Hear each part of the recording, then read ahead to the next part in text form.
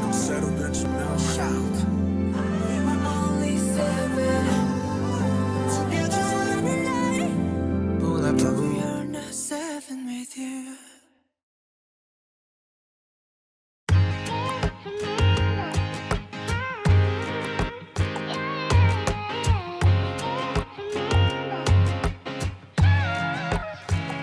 어느 날 세상이 멈췄어 아무런 예고도 하나 없이 꿈은 기다림을 몰라서 눈치 없이 와버렸어 자국이 지워진 거리 여기 남아져있는 나 혼자 가는 시간이 미안해 말도 없이 오늘도 비가 내릴 것 같아 흠뻑 젖어버렸네 아직도 멈추질 않아 저 먹구름보다 빨리 달려가 그럼 될 줄 알았는데 나 겨우 사람인가 봐 몹시 아프네 세상이란 놈이 지갑기 덕분에 눌러보는 먼지 쌓인 되감기 넘어진 채 청하는 엇박자의 춤 겨울이 오면 내 진짜 더 뜨거운 숨 끝이 보이지 않아 출구가 있긴 한가발이 뜨지지 않아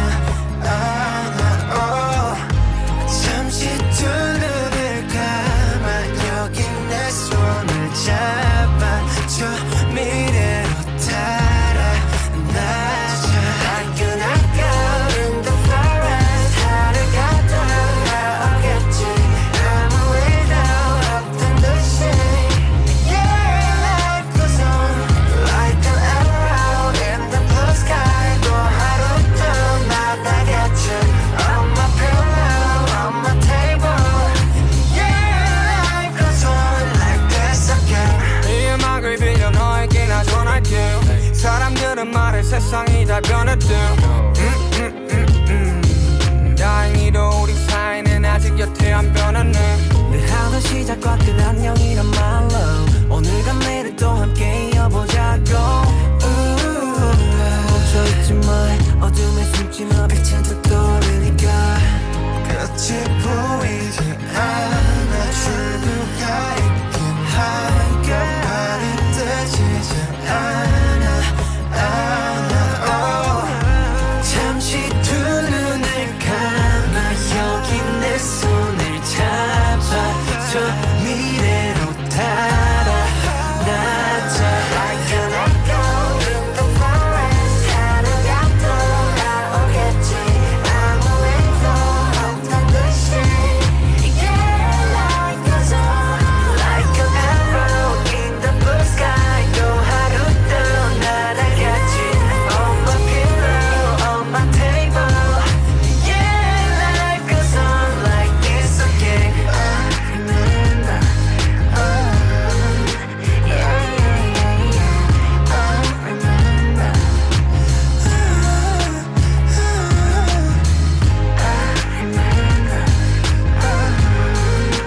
yeah, yeah, yeah, yeah I remember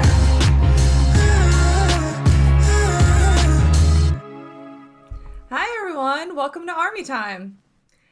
So today you might be noticing that Billie is not here visually. However, she is here with us audibly. Billie? Hello, I'm holding up peace sign. Yeah, Billie unfortunately is feeling a bit under the weather today. So to give her a little bit more comfort, she is talking to us from bed, all curled up.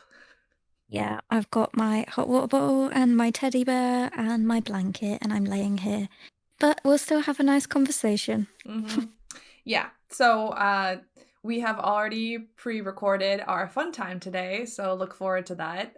We played Would You Rather Awkward Edition. It was Yes. really awkward, right, Billie?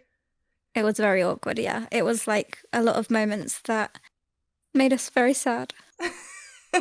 And then we had a bunch of tangents in there, so look forward to Yeah, of that course. later this episode. But for now, let's transition to talk about all the things that have been going on lately. And we are going to try and shorten it today in the interest of Billie having enough time to try and recover.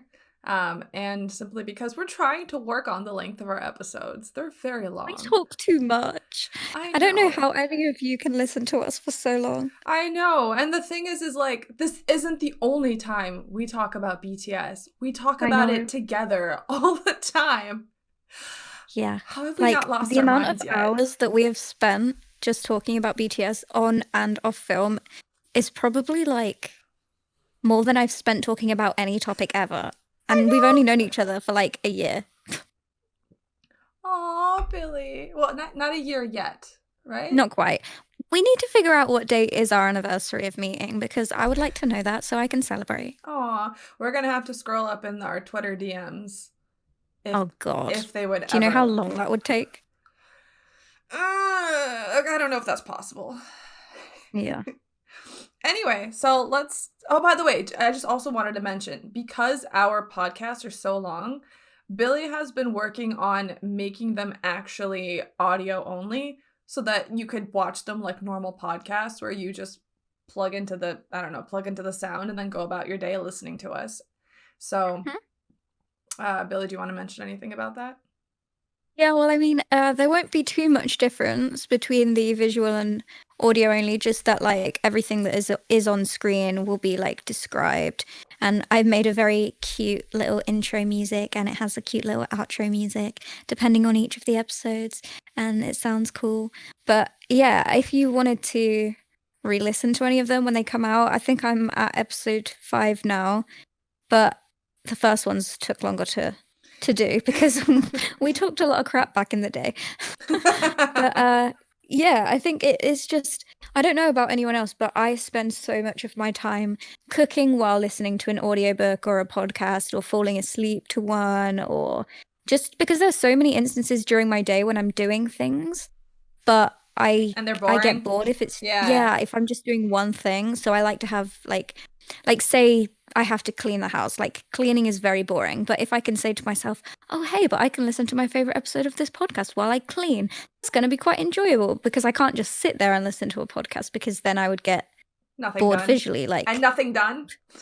yeah, exactly. So then I tend to enjoy all the things that I don't actually want to do because I can do fun things. So maybe we can provide that type of a service for you. Yeah. So we're still trying to figure out how we're going to upload it wherever and all of that. But let us know if that's something you'd be interested in. Yeah, and also if anybody knows, like, because it's very confusing trying to figure out how podcasting actually works. Like, I've done quite a bit of research, but like, I know that you can put it on like places like Spotify and iTunes and things like that, but it's all a bit confusing. So if anybody's done this before or knows any information, then please do let us know, because I'd really appreciate that. Yeah, please and thank you. All right. It's time to talk about the thing we've all been waiting for. It's time to talk about B. So, I just want to talk about the title for a second, because I think it's the best title in this situation. And I think it speaks to, there's an Italian phrase, and I can't remember what it is now, but it translates to the sweetness of doing nothing. Ooh. And the whole like premise of it is to find joy in just being, in sitting and not doing anything, not really thinking about anything. I suppose you can also link it to kind of like mindfulness, and I think it speaks a lot to the nature of our society and the fact that everything is always so fast-paced. It's like I even just said, like, I find it hard just to do one task at a time. I like to have an audio thing as well, because like my brain is always overthinking, overworking. So like when this pandemic has come, it has caused a lot of people to slow down and to find happiness and joy in just being and just breathing. After a period of guilt where you're like, I'm not doing anything. Yeah, exactly. Like when, like the initial discomfort and like stress and sadness and hardness. That's not really a difficulty, word, is it? Difficulty of being bored or being in the same place.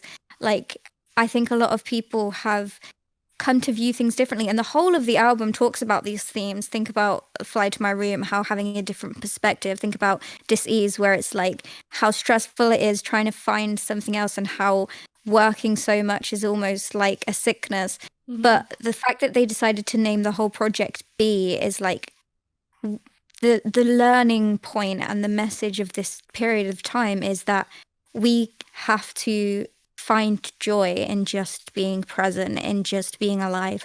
And the amount of meanings that that word can be, just be. Like, it can mean anything. You could do anything, because at any moment in time, you are existing. You are in existence. So literally everything can equate to be. And I just think it's such a clever and appropriate title, and so simplistic but so meaningful. Yeah, agree. I agree completely. And I also think it still fits in with their discography, because the thing is that their discography has been an exploration of who they are as people and their journey through life, which is a journey that's all of us relate to, because we are also all living our lives and trying to put our best foot forward and do the best things we can for ourselves. So the journey of trying to figure out how to love yourself, and then the journey of trying to figure out what is your identity and what are the things that you actually care about versus what society thinks you should care about. Like, who are you really, and what are the masks you wear? And then now it's I feel like it's moved on to the idea of like, yeah, in this pandemic, we've all had to slow down, but also, what is it about you that makes you happy? Not what are you doing? Like, you don't have to do something in life to be happy. You don't have to have a dream. You don't have to be rushing towards some goal in order for you to feel like a good human being. You can just be yourself. You can just take heart and take pleasure from existing, which is all we really had, this past year. Yeah, and I think you're very right in the sense of it fits into their journey, because a lot of their work has been about, growing up and going through difficulties and finding how to love yourself and finding out who you are. But that all has come wrapped in the fact that they still exist in this society with loads of pressures, with loads of reasons to feel that way. Like, I am who I am because of the work that I do, because of these things, because of the hobbies that I enjoy. But this next chapter is almost like, okay, but take away all of that, take away everything outside of my existence. And what is it just about breathing in its most simplistic form, about existing, that makes me who I am? And I think they've had to reevaluate who they are. Yeah. I mean, we talked about it last episode about how this pandemic kind of was a glass wall in the face of their headlong rush towards whatever they thought would be the end of their career up to what it is right now, whether it was going to be military service or something else happening. So I think this has been a good forced therapeutic exercise for all of us. Yes. There's something else. And think about it, like, at the end of the day, if you were to look into yourself and into who you are and think about what makes you you, you would come up with a lot of things that are external factors. The person that I am is somebody who does this, this, and this. This is my career. This is my personality type. This is the hobbies that I enjoy.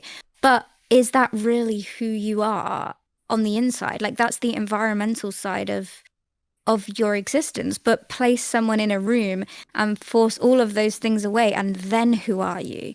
Like, Map of the Soul 7 feels like a who am I in the grand context of the world, and B feels more like who am I in the grand context of me, like with nothing else, just who am I? Like, it feels like that second chapter into the soul, which I just find is really interesting. And I think you wouldn't be able to have that experience if the world hadn't stopped so suddenly. Agreed. Agree completely. I also wanted to make some points about the technical aspects of this album in general. So one of the things that I wanted to mention, something that I noticed, is the length of the songs on this album. All of them are lengthy. They're like 4-minute something songs, which, from what I understand, is not the industry norm right now. In fact, songs are trending towards shorter and shorter, because, at least in the West, because the idea is that if it's shorter, then people can listen to it more often, and then more streams can be counted to get you a higher chart position, whatever, blah, blah, blah. So, plus it's better for radio. Yeah, that too. versus, and like I'm even thinking of like Ariana Grande's new album. She has some very short songs on there. In contrast to that, you have this album with its songs that are all lengthy, and because they're longer, it created room for all 7 of them to have more space and more of a voice on the song, and you can hear all of them more in it. They all have a chance to stretch themselves creatively. Yeah, no, I completely agree with you. I think I love that about a lot of their music in that they kind of, and this is the thing, they meld traditional K-pop elements with Western elements in the sense of like in traditional K-pop songs, there tends to be very different structures of songs. Like it's not like in the West, it's kind of verse, pre-chorus, chorus, verse, pre-chorus, chorus, bridge, chorus again, maybe. Whereas in K-pop songs, it's very, very different. You'll have a rap verse, you'll have the pre-chorus, then you'll have a bridge, then you'll have another verse, and it's all very, very different. But BTS, what they tend to do is like it all molds together very seamlessly, but each bit is unique. Each bit has a different color. So it's almost like the best of both. Like the song doesn't feel drastically different from verse to verse or bridge and whatever. Like it all flows very seamlessly, but there's so much color and that it never gets boring. It's always got something new. More different color, different textures, different keys. Like if you take the time to slow down, sit down and listen to the music, if you take a moment to just be, you get taken on a journey through the song in a very unique way. And like I'm thinking of Dis-ease, for example. The way that song is put together is so special and so not like anything else I hear right now, and I loved it. It was such a weird journey for me as someone who wasn't expecting where it went, and I love retaking that journey. Like I wait for the weird places it's gonna go by the end of the song. Yeah, and that's one thing that I think BTS always does so well with their music is it's never predictable. It never follows the same pattern. It always has something new to stimulate you. Like it's, oh, you have this, now you have this, now you have this, now you have this. And that's why I feel like listening to their music makes other music almost pale in comparison, because you get bored now. Like I get bored easily of normal songs because they're all in one framework, whereas BTS adds 7 frameworks, or like maybe it'll be 3 in some, maybe it'll be 4 in others, like, but it's always adding different things all into one place. And it's the same with their performances. They do the same types of things. They just go above and beyond, and I love that change in music that they have brought that has been. And the thing is, like, this is very common for K-pop, but I think my personal opinion here, in K-pop music, it's too jarring. Like it doesn't make sense a lot of the time. It doesn't fit. It doesn't feel like it's kind of all over the place. It doesn't feel like an enjoyable journey. Whereas I feel like BTS have created this new sound, which is a mixture of the two, where it still feels like one whole cohesive unit. Yeah. But it's never boring. And like, you know that that's why they make a point. Like the way we listen to their music, to me, is it's a very symbolic, it's a symbol of how they work together. They are 7 different people with different styles in music and artistic inclinations and desires of how they want to express themselves, and they've put it all together, and they work really hard to make it all work, to create the synergy that ties all of it together. And that's what we hear when we listen to their music, especially these days, especially B. You can hear that there's so many different ideas in the song, that they did not come from the same person. And instead of being, though, like all disjointed and things that don't make sense, that because you have different ideas and sounds that are clamoring for your attention, all of it ends up tying together, and it's strengthened by the fact that it's so different.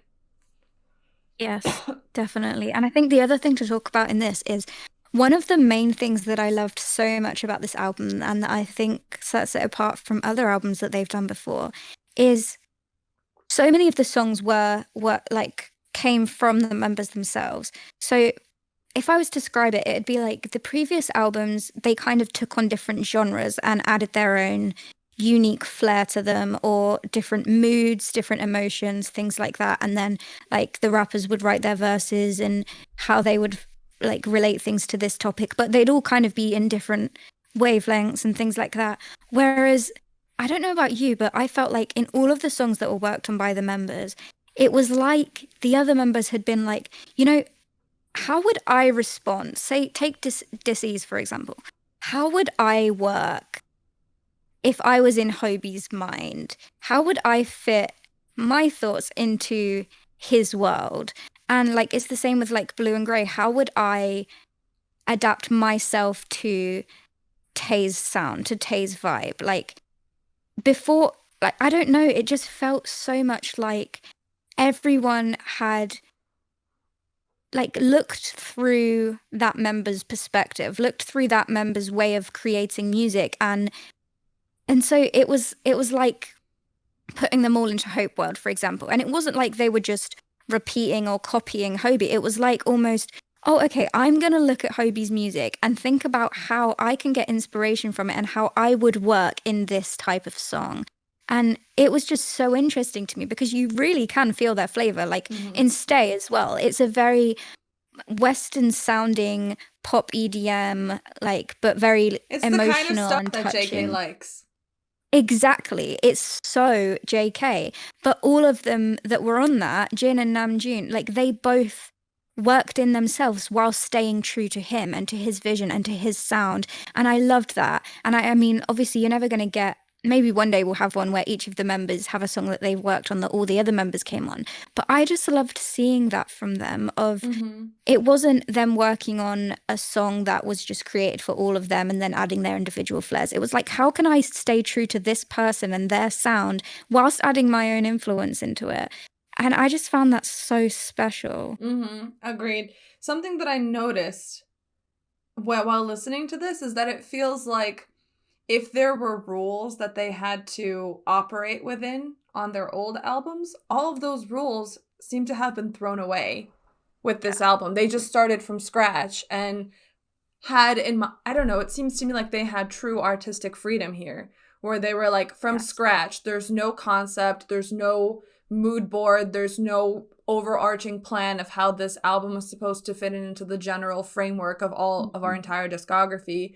It's just this album is our reaction to the moment, and there are no rules. This album is just being.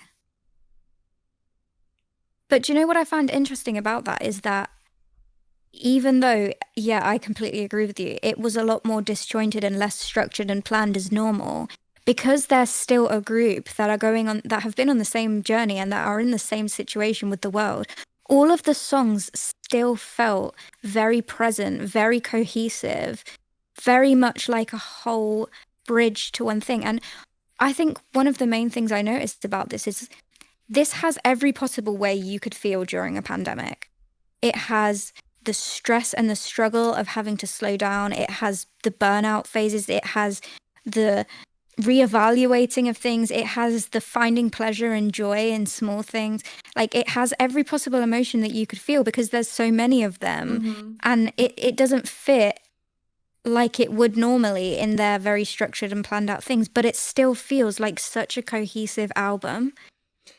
It feels like the music grew organically. Like, Yeah. I mean, you and I keep dancing around this idea that this album is so distinct because I think it's full of so much of them. And because we know so much of who they are through everything that we've been given access to, and all of the behinds, all of the V-Lives, all of the In the Soup, all of the memories, like every bit of content they've given us over time has helped us see and go on their journey with them as they grow as artists and develop their sound and their thoughts and feelings. And then again, especially with this album, with all of the extra and specific V-Lives and YouTube lives that they did to explain their thoughts and feelings as they went through this album making process, you can hear them in the end. And instead of it being like this perfect finished package that is here for you to enjoy separate from the artist, I see it as I am seeing the artist in the music. And for me, because I crave that human connection with people I care about so much, I enjoy the album even more because I can see how what their thoughts and feelings are about this pandemic as humans going through the pandemic. And I go, yeah, you're right. This is how I feel as well. This wasn't a commercial product given to me to make me feel better. This was other humans saying, this is the best and most inspiring and most consoling and comforting thing I can think of to give you. I hope you enjoy.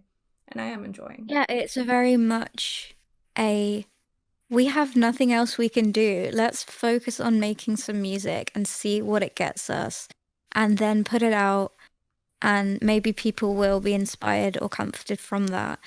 It's very organic, like you say, and I loved it so much. It was a very different experience for me than any other album I've ever listened to.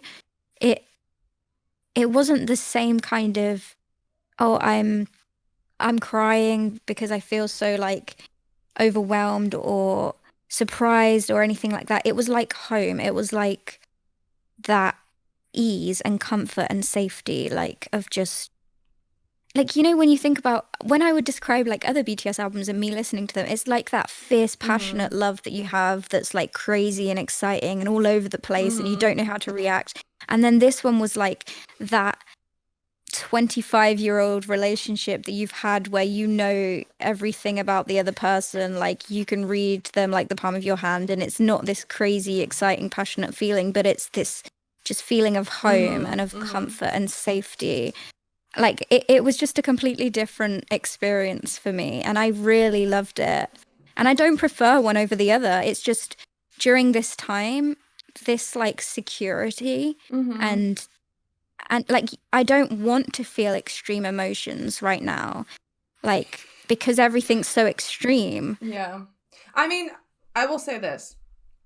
So my way of dealing with stress is to shut down my emotions and not just and like save those feelings for a different time. And with this pandemic, that's exactly what I did. Hold on, this thing is like I'm growing wings. It like keeps sliding off of me. I'm like slowly developing wings. Anyway, like my way of handling the stress of this pandemic was to just shut down my emotions and just deal with them later because they weren't going to get me anywhere. So I just zeroed in on the work that I had to do, and I found even more work to distract myself with by starting this YouTube channel. Because then it was like new problems and new issues and new technology barriers that we had to overcome. That was the focus of like all of my time. It was my way of just avoiding the problem. And I didn't realize that I had still been holding those emotions back until this album came out. And I felt like for me, it basically, I feel like it gave me permission to feel the things that I had been avoiding feeling. And like for the first week that it came out, I was just in a very gloomy mood because I had finally been able to grieve the year that was lost because of this pandemic. Yeah, no, I completely understand that, honestly. I think a BTS album is a very personal experience for everyone, and I think everybody gets a different kind of catharsis. Yeah, exactly. And like for me, I listened to the whole album just like I would have my hands over my heart and I would just feel very seen, very like surrounded by just this protective barrier. And then when I reached Stay, that's when I started like getting emotional for the first time, because Stay to me is like this like that's when the kind of all of the emotions, because everything else for me was kind of like, yes, I have felt like this. Yes, this makes me feel seen. This makes me feel heard. I totally relate. I can see them and their influence in it. And then when it got to Stay, it was like this But isn't that incredible that we've just been on this journey and that we've had this experience and that we're so connected?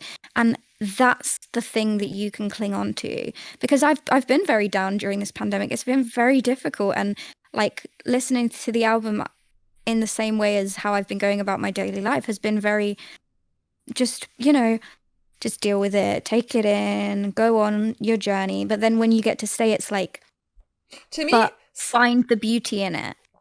I would That say makes it does make sense. I would say that Stay to me sounds it is a confident anthem of them owning the fact. Like the lyrics are I know you'll always stay. Yeah. Like Yeah. instead of instead of them asking in we are bulletproof the eternal, Yeah. like why are you still walking with us? Like that was written in a time where I feel like we hadn't gone through together, fandom and artist, Yeah. something as horrible as this pandemic. And granted, this Yeah. pandemic isn't over yet. We do have, hope with all the vaccines and everything else that has been going on. But I think this is the beginning of the end, hopefully. But like what I'm trying to say, I wanted to clarify that because I don't mean to downplay this pandemic and like its effect on anyone. But I feel like going through this pandemic together, us and BTS and everyone struggling in their own personal ways and BTS doing their best to connect and be aware of all of that so that they can make music that would comfort all of us, has brought us closer and has made them realize like this is the worst thing that could possibly happen to an artist in their career and we're all Yes. still here. ARMY didn't go. So yes, own the fact that you have a fandom that will be here. Know that we will Yeah. always stay.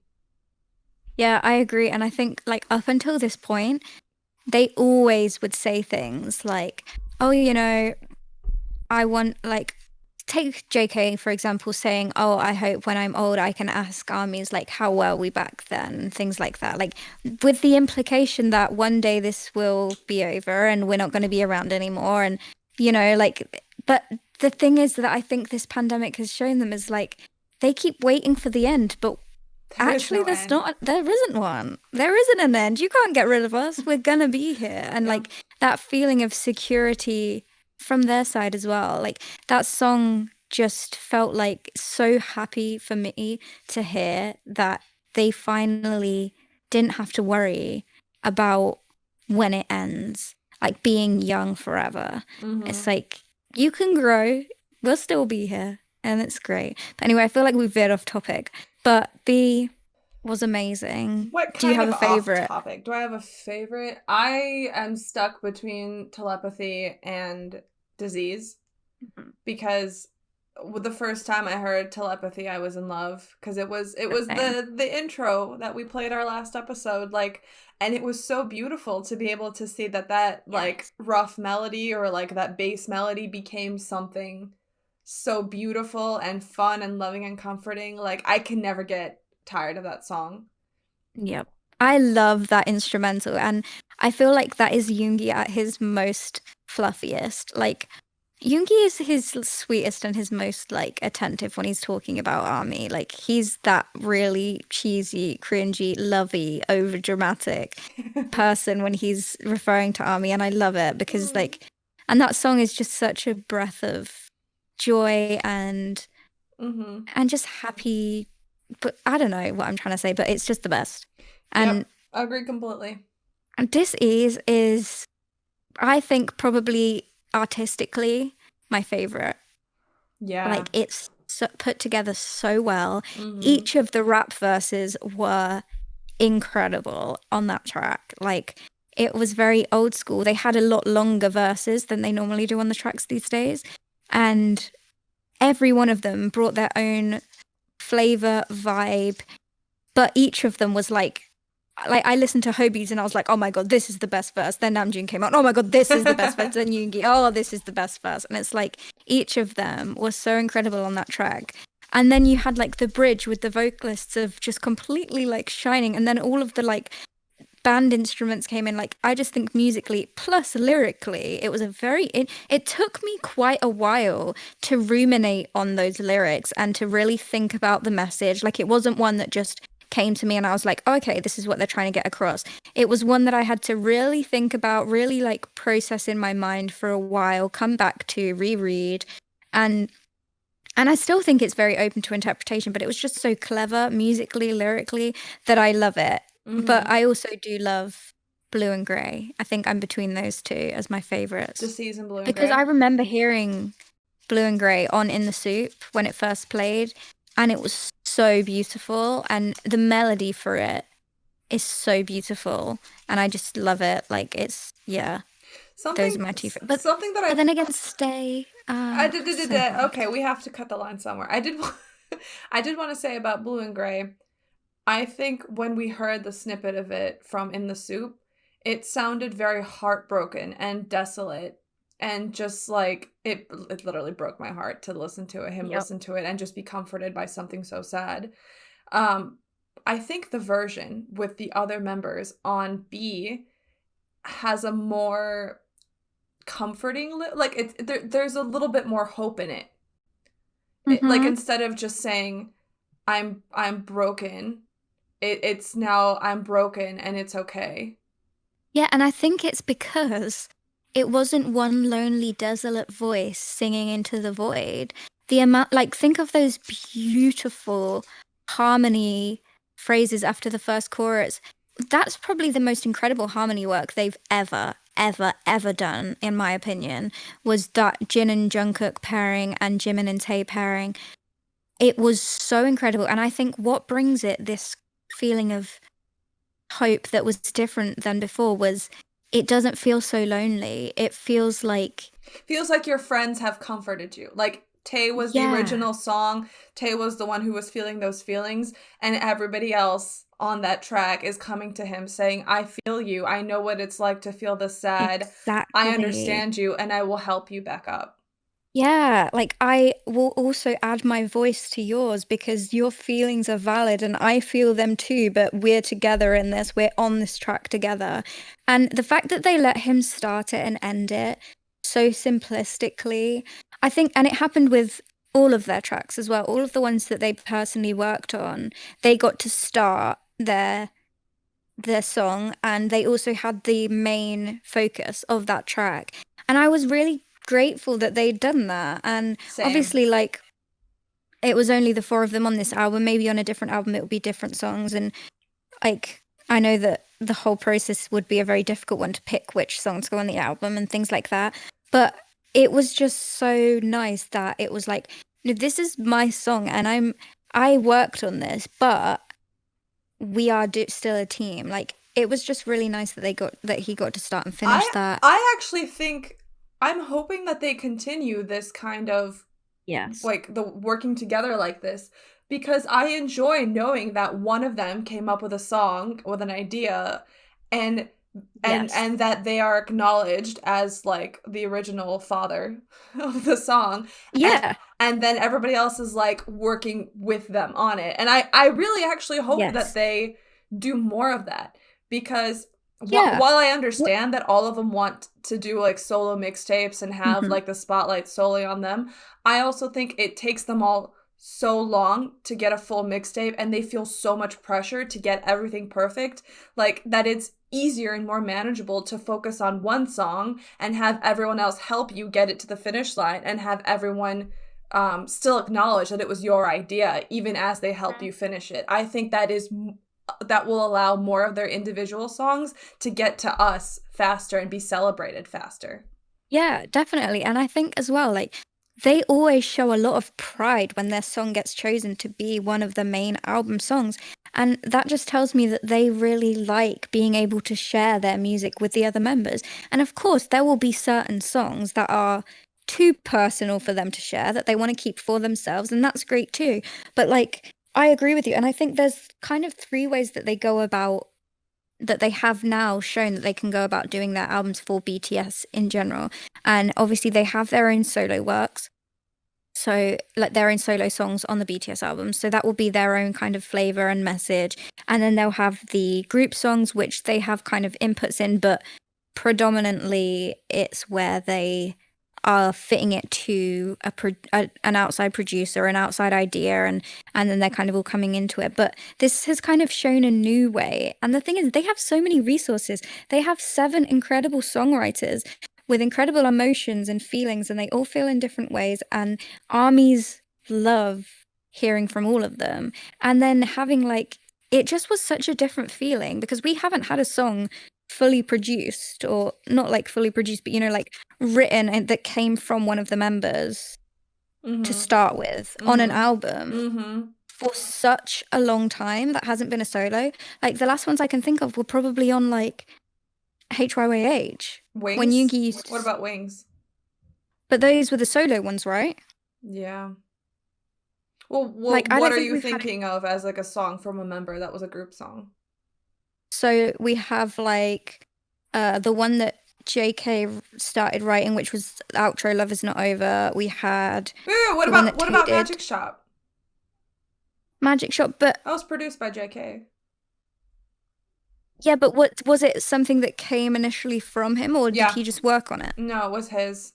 And I know that because DJ Swivel released recently his like hour-long behind the scenes of how like he did the sound engineering and like the final tweaks of that song, and he went through in detail each like part of the song and like what he did on it, and it was fascinating. Yeah, I still need to watch that. I really want to. You will love it. Like if you, for me as someone who has no idea how music gets made, like it's very insightful, it's very eye-opening. It really helps me understand the context of how all of this works, and I have a better idea of how that relationship works between Big Hit and producers that are halfway across the world. It makes so much more sense to me now.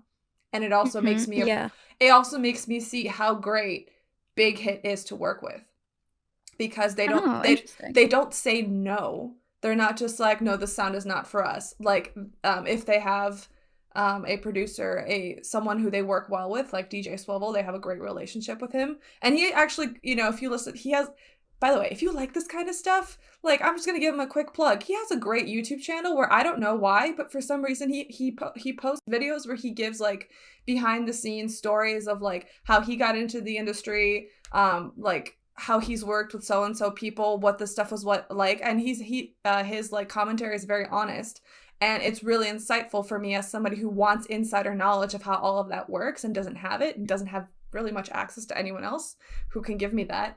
And so it's really fascinating for me to understand that like one of the things that he said is that K-pop and Big Hit in like specific will take like all of the ideas that they can get from a producer, and they will, because they usually have like Big Hit has BTS with 7 people in it, like you have sounds and songs and melodies that would fit maybe one person but not somebody else in the group. So instead of like a Western artist where it's usually one person and they'll say like, oh, I like this sound, I don't like that sound, that's an absolute no, this is a yes.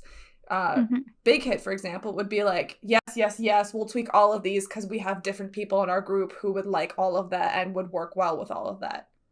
So you end up being allowed to be even more creative as a producer. It's really interesting when working with BTS. Yeah, it's I love this. Like the amount of aspects of artistry that BTS expands and has been willing to explore in their music, in their album production, in their performances, like in everything they do, is so inspiring. Because if you are creative in any sense of the word, even you and I, you get inspired by that, and you see that like so many boundaries and false limits are being pushed by BTS that you want to push it too. You want to be more creative, you want to do more things. Well, we talked about this last week about how they're like every journalist's dream to interview, that every producer's dream to work with, like, because there's just so much that they do. Every stage performance's dream, every like what's the word I'm thinking of, stylist's dream, like, because there's so many of them, there's so many avenues they can go down, and I just think they just break the mold in every possible way, and they're just amazing. But yeah, B is an incredible album, a very different album, a very personal album. I feel so grateful that they managed to be able to create something like this. And Yes. yeah, I'm the same. I hope that we get more of this in the future. And I think that they've found a new way of creating music, because this whole thing has been very much like, well, we want to take a really big role in the creation of this album. And I'm sure they've shown each other and like their company and everything, we can do it this way as well. Like, this is a new way that we can do things. You know, I was wondering if the way they were doing things before, where they had so much, not help, but that they collaborated with so many people, and they were less the main. I don't even want to call it that, but like the fact that this album was so much more of them, and albums in the past involved so many other people as well, I think is a result of the fact that they were always working so hard and had such a So busy, yeah. busy schedule with their touring, with their performances, with everything, that they just didn't have more time to devote to the actual music making process. And even that, it's like, it's just funny for me to say that, because the amount of time and effort they invest in their making music is still so much more than a lot of other artists. Yes. But especially with their lyric writing. Yeah, but so I say all of that, and I think that now, without all this other stuff in the way, they were able to have more of a hand in it. And I suspect that the fact that they did so much more of the music making this time has kind of rekindled some of their love and helped them remember why it is that they like what they do. Because even if performing is what gives them so much pleasure, and that they do not want to live in a world where they can't perform, I think when that performance comes from music that they are so emotionally and personally invested in, because they were so involved in every step of the process, that performance then would become even better. And it means that it's not just the latter half, the performance part that they're living for. They can now enjoy the front end of it as well. Yeah, well, one of the main reasons why music is so great is because it's an outlet. And when you have emotions, whether they be positive, negative, happy, sad, angry, whatever, it's a way of processing them and using them to create something beautiful from. And I feel like being able to use this time to just write as many songs as they could, and I'm thinking of Jin, and we'll get on to talk about this later, and the fact that Abyss, like Bang PD, was like, you know, you've got all of these feelings, you should write about them, you should use your feelings to create something. And I'm sure he found a lot of catharsis in doing that. And like a lot of them have spoken about it, and Tay as well, he's been writing a lot more and getting his feelings out, and I just think it's a great thing. But should we just talk quickly about the achievements that we received? Yes. And I also just wanted to say, how do you feel about spending our last little bit of time in 2020, instead of making another episode, we go through the whole album and do an ARMY review for B? Oh, yeah, I think that would be a great idea. Yeah, that sounds good to me. I'm definitely up for doing that. Let us know if you guys agree. Because, yeah, I think that having an ARMY review when the album just comes out, we can really go into some depth about all of these songs and what they mean. And because this has just been an overview of our thoughts. Like, if you've ever seen one of our It's so funny, this is an overview, and it's been like 40 minutes of us just talking about B. God. And I agree with you. It was only general. Yeah, like none of it was our normal analysis of the music, like we normally do an ARMY review. But yeah, that sounds like a brilliant idea. Let's do that. Yeah, let us know if you guys would want to see that, because then we'll just if we if we manage to fit in one more episode this year, we'll just record ARMY review instead. Yeah. Okay. Okay, so just quickly talking about the achievements. So Life Goes On, it was at number 1 on the Hot 100. And Dynamite was at number 3 at the same time. What an incredible achievement. I think everyone knows at this point how amazing it is that a foreign language song, one of their Korean songs, can go to number 1 without any help. It was, and you know what I loved the most about this is the type of song that they released had nothing flashy about it, had none of the normal things that people would say is so special about them. Like, it didn't have a grandiose performance or a crazy music video. Choreo. Yeah, exactly. It was just simply a song that was being. Exactly. Like, and I'm so glad that it went to number 1. ARMY's are incredible. Like, what is there that we can't do? I honestly don't understand. Like, we're in the middle of a global pandemic. This was a foreign song. It wasn't played on the radio. It wasn't given playlisting. There wasn't much promo, like nothing. And everyone's struggling financially right now. Everybody's having a difficult time, but it still manages to hit that number Mm-hmm. one. Like, Mm-hmm. what an incredible, overwhelming achievement. And if anything, it just shows me the power and the strength Of this of fandom. BTS and of ARMY and Yeah. of our love. I honestly think that us being able to do this with such like non-existent support from radio at Mhm. like it just shows first off how much this fandom has grown since February. Yes. Because in February we got on to number 4 with no Mhm. support from radio. Dynamite happened. And I mean, we have a lot of pandemic armies. Like the amount that Yes. this fandom has grown during the course of this year is crazy. I have a lot Yep. of new people that I met on Twitter who all are like, "Oh, I became army this year because of blah blah blah blah, because of Tiny Desk, because of James Corden, Mhm. because of AMAs or not AMAs. I don't know, one of those award shows. Like all of Yeah. that stuff is so recent, and those people have now finally helped grow our fandom to the point where we no longer need radio. And this is We don't need anyone else. no, which means that we are no longer beholden to doing all the things that we've struggled for so long to do to get Mhm. radio on our side. Even And now, you know, like, the radio is still not on our side, and fine, you fuckers can go be by yourself and try and enjoy your smug superiority as you fade away into irrelevancy. yep. And you know, I felt like getting this number one wasn't like a yes, we finally beat the system. Yes, we've finally been able to like do this despite everything and all the challenges. It was more just like, this is just easy. This is what it should be. This is how we should be able to, like, this is the type of result that we should achieve and that BTS should achieve because their impact is incredible. And it doesn't matter that it's number one because it's on the Billboard or because it has this many sales. It's like, this is an it just accurate feels, acknowledgement of how amazing the yes. song is and how many people love it. It's like, yes, you should be proud of the fact that BTS is at number one on your chart.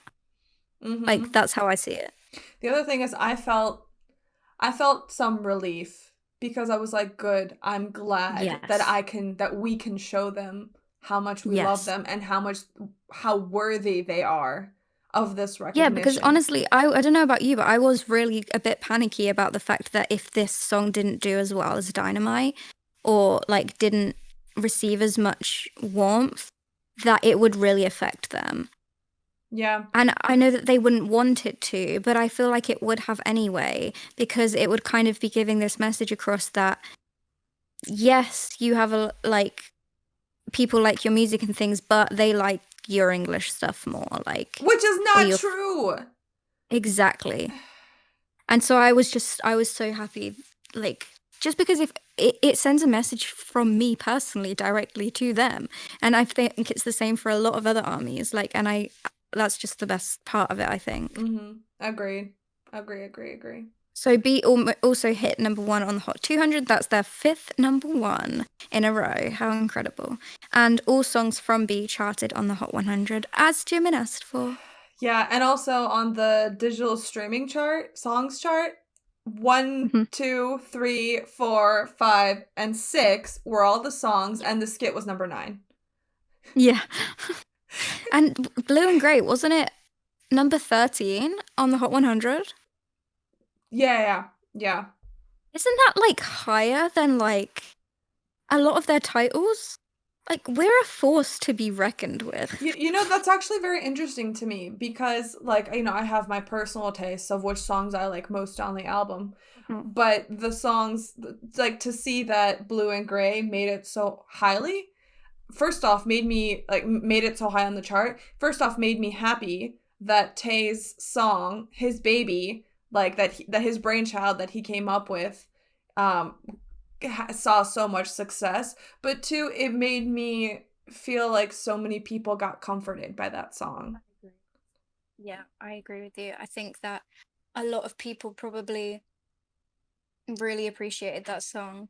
And yeah, it's just, it's just great all around. Everything's great. But I think that's all I have to say. I just spilled coffee everywhere, by the way, which is why I'm a little bit slower in my words because it went on my laptop. Fantastic. I don't know. Suddenly your audio sounds better, so Oh, really? maybe your computer just needed some coffee. Maybe. Okay. Anyway, shall we move on? What's the next thing? Yes, what's next? Next we were going to talk about BTS's Grammy nomination, which I have mixed feelings on because Me too. I believe they deserve more. I believe that the fact that they are only being recognized for Dynamite is cheap, and it's the Agreed. easy way out for an organization that does not want to acknowledge outsiders and doesn't Yep. like the thought of someone from a different country who speaks a different language and who has very little interaction with you in your country as a fellow musician is doing better than you. It hurts. It hurts them. They would rather say that, you know, whatever. Long story short, I felt like it was not enough. Cheap trick. And I'm both and it's hard, right? Because you see the clip that BTS posted. It was like Namjoon and the Maknae line sitting in front of the TV or like waiting for that announcement, and then them freaking out about how happy they were to get it. And I am ecstatic that they feel happy and that this is an achievement. This is an incredible achievement. There is no other Korean artist who can say that they've reached this level. BTS are the top. They're paving the way. It's indisputable. And at the same time, I am so angry that after I just wanted to say that, like, even after a year, a pandemic, like, where shit has been horrible for everyone and BTS are dominating and being so successful, you still can't acknowledge them for it? Because this would be an excuse for you if you're the, Academy. You can be like, oh, in your mind, you could say that, oh, maybe BTS are being successful because everybody else is dealing with the pandemic. Sure, whatever. Acknowledge them for how amazing they are. The fact that these people still can't bothers me. And what bothers me also is the fact that there is not 100% transparency in how the voting process works. There is more transparency. Like, there's parts of it that we do understand how it works, but overall, I still think that it's a little bit shady. I completely agree. And I think, like, who gets to say that that's a fair way of voting for, like, the best music of the year? It's like, you can vote for yourself if you want to, which BTS have said many times that they do vote for themselves, which I agree with, so that's fine. But you know what I mean? Like, there could be so much bribery. There could be, like, it's just... Something else I wanted to say. I had a chat with my friend recently about how it's not exactly clear what the metrics are that are used when, deciding who gets a Grammy. Like, whoever is nominated, whoever people vote on, like, what are they voting for? The best artist based on what? Based on charting? Based on, how high they charted? Based on how much they sold? Based on how creative they were musically and how many boundaries were pushed by whatever music was made by a certain artist? Like, what is the criteria? There is no uniform understanding of how anyone should be voted on. And so at the end of the day, like, yes, Grammys are prestigious, but why? Why are they prestigious? To me, the more time passes and the more I think about it, the more I realize that there isn't a set standard for, like, how recognition and how merit is awarded. And then I start to wonder, was this just a really awesome promotion and marketing campaign that has established the Grammy brand as prestigious without really anything to back it up? Well, it's that version of invisible or silent power, in my opinion. It's that if you convince people enough times that you are the most dominant and prestigious award show, then eventually they start believing it, even if it's not the case. It's that invisible power. And I do believe that. Like, what reason is there that it's the most prestigious award show? Like, give me proof, because I don't see any. All I see is a long, long history of Exclusion. privileged artists receiving recognition and underprivileged artists not receiving recognition. So that just spells out to me that the whole thing is a facade.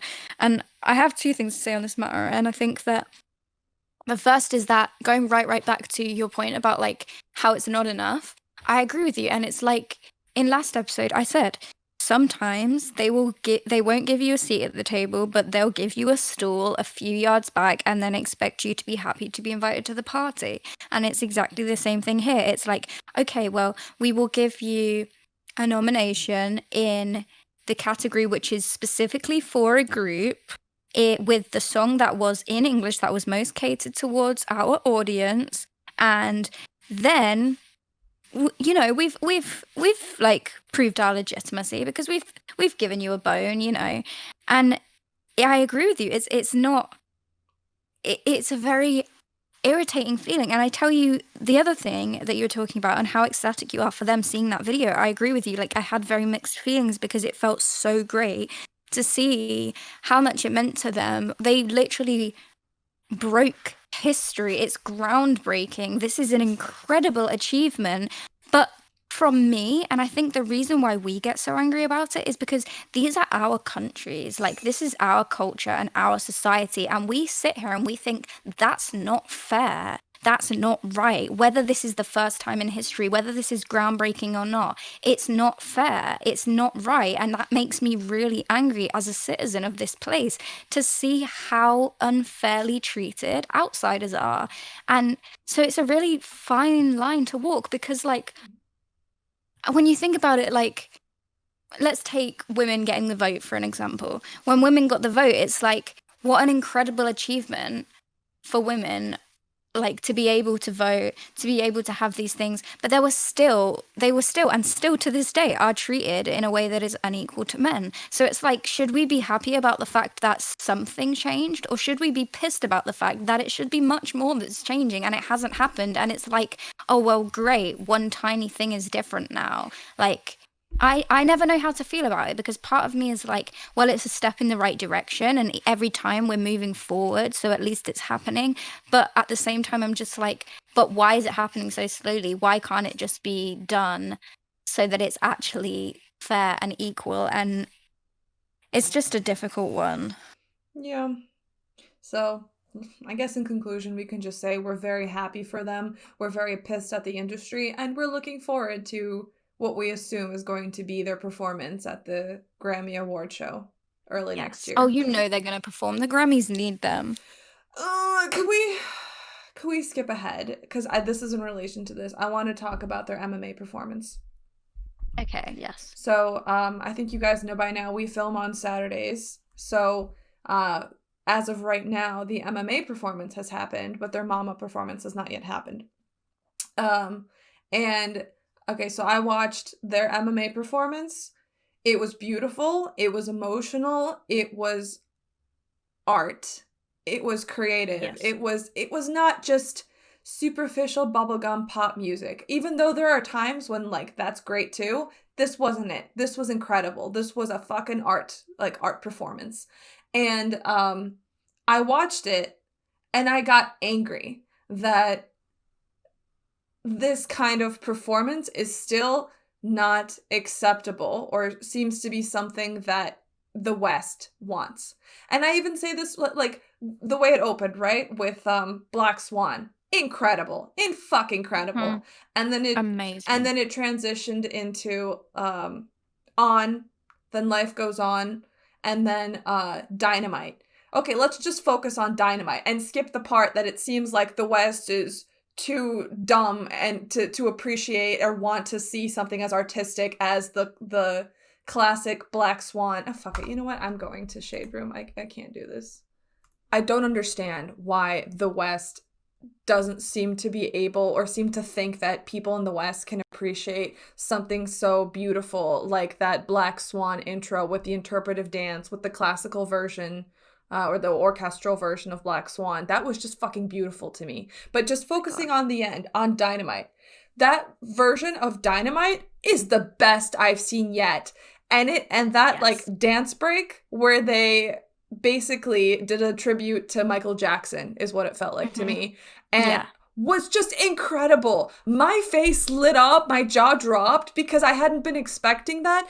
And it was so, it felt like a gift from BTS. I agree with you to me. completely.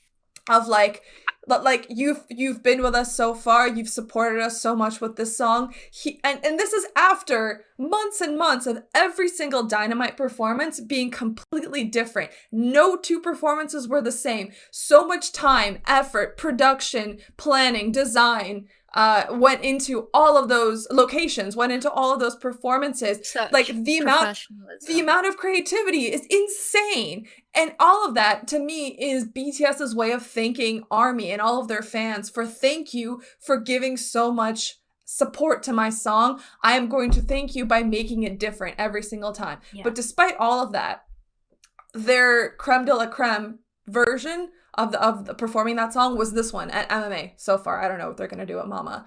And I just watched that and I was like, why can't they be given this kind of platform, permission, like free reign to do whatever they want on Western award shows? It feels like they are held to such a small box of what they can do in the West. And I start to wonder if it's just like, and I still even remember the fucking, I think it was the AMAs. No, maybe not the AMAs. I can't remember. There was one award show they did where they went last and their performance was cut short because the fucking award show went over time, I guess, and ran out of time. And so the final performance was BTS and they had to cut a part of their song. I think it was the one at AMAs because they performed Life Goes On and then Dynamite. And Dynamite got shortened. And I was like, really? Like, you really cannot give them the amount of time they need to do something so beautiful on stage. You really can't allow them the free reign to be this kind of creative in the West. Why not? I think I have the answer to this question, honestly. What? And I think that the reason why they don't get this kind of a platform is because the Western industry has convinced people that which is interesting, artistic, different, thoughtful is too complicated. Like, we don't have the time to focus on this. We need something as simplistic as possible, as easy as possible, that costs as little bit of money as possible. Like, the audiences in the West have had their standards lowered and lowered and lowered and lowered because it benefits the industry. And now people are like, oh, everyone's too stupid to appreciate anything else. So I think that's one of the reasons. And the other reason is if they were to let BTS show what they really have, it would show how much they have let themselves lack and how much they've let themselves go. Because exactly, I say this as somebody who watched every single music award show this year because BTS was going to be on there and I didn't know where, so I watched all of them and I watched them live on TV. They all fucking sucked. And I'm not ashamed anymore to say this. I'm ashamed of that I live in the West with such a shitty music industry. I'm ashamed that everything here sucked. It was so bad. And I cannot believe that people think that it's okay to do this. That, like, if they put in the bare minimum, they're gonna make money off of it. Like, this reminds me of, have you seen the musical, The Producers? The what? The Producers. It's a musical. No. It's basically like two producers who produce like shows, musicals, and they realize that they would make so much more money if they put in the shittiest amount of like effort to make a musical, because then the amount of people who would come to see it opening night would be so huge that their profit would be massive. And so it's actually a really, really good musical. It's really funny. There's like a movie version of it with like Matthew Broderick and Uma Thurman. It's really good. But anyway, I feel like that's what's happening in all of these Western music shows. They put in the bare minimum because they don't want to spend too much money because they make money off of these award shows, and that is their priority, to make profit. So they just put in the bare minimum, and then they're no longer celebrating art. They're instead just basically trying to like make money off of making fools out of everyone, just being like, haha, you losing, you're watching our award show, we're making money off of you, whatever. I agree. And I think one of the main things is that they treat their audiences like they're stupid, and the audiences in turn get used to being treated like they're stupid and start buying into that and start thinking that's the epitome of what great things are. And I don't know about you, but pretty much anyone I've ever spoken to about BTS have said, like, I never thought any of this was possible. They do this and this and this, and their songs mean this, and that's how much effort they put in.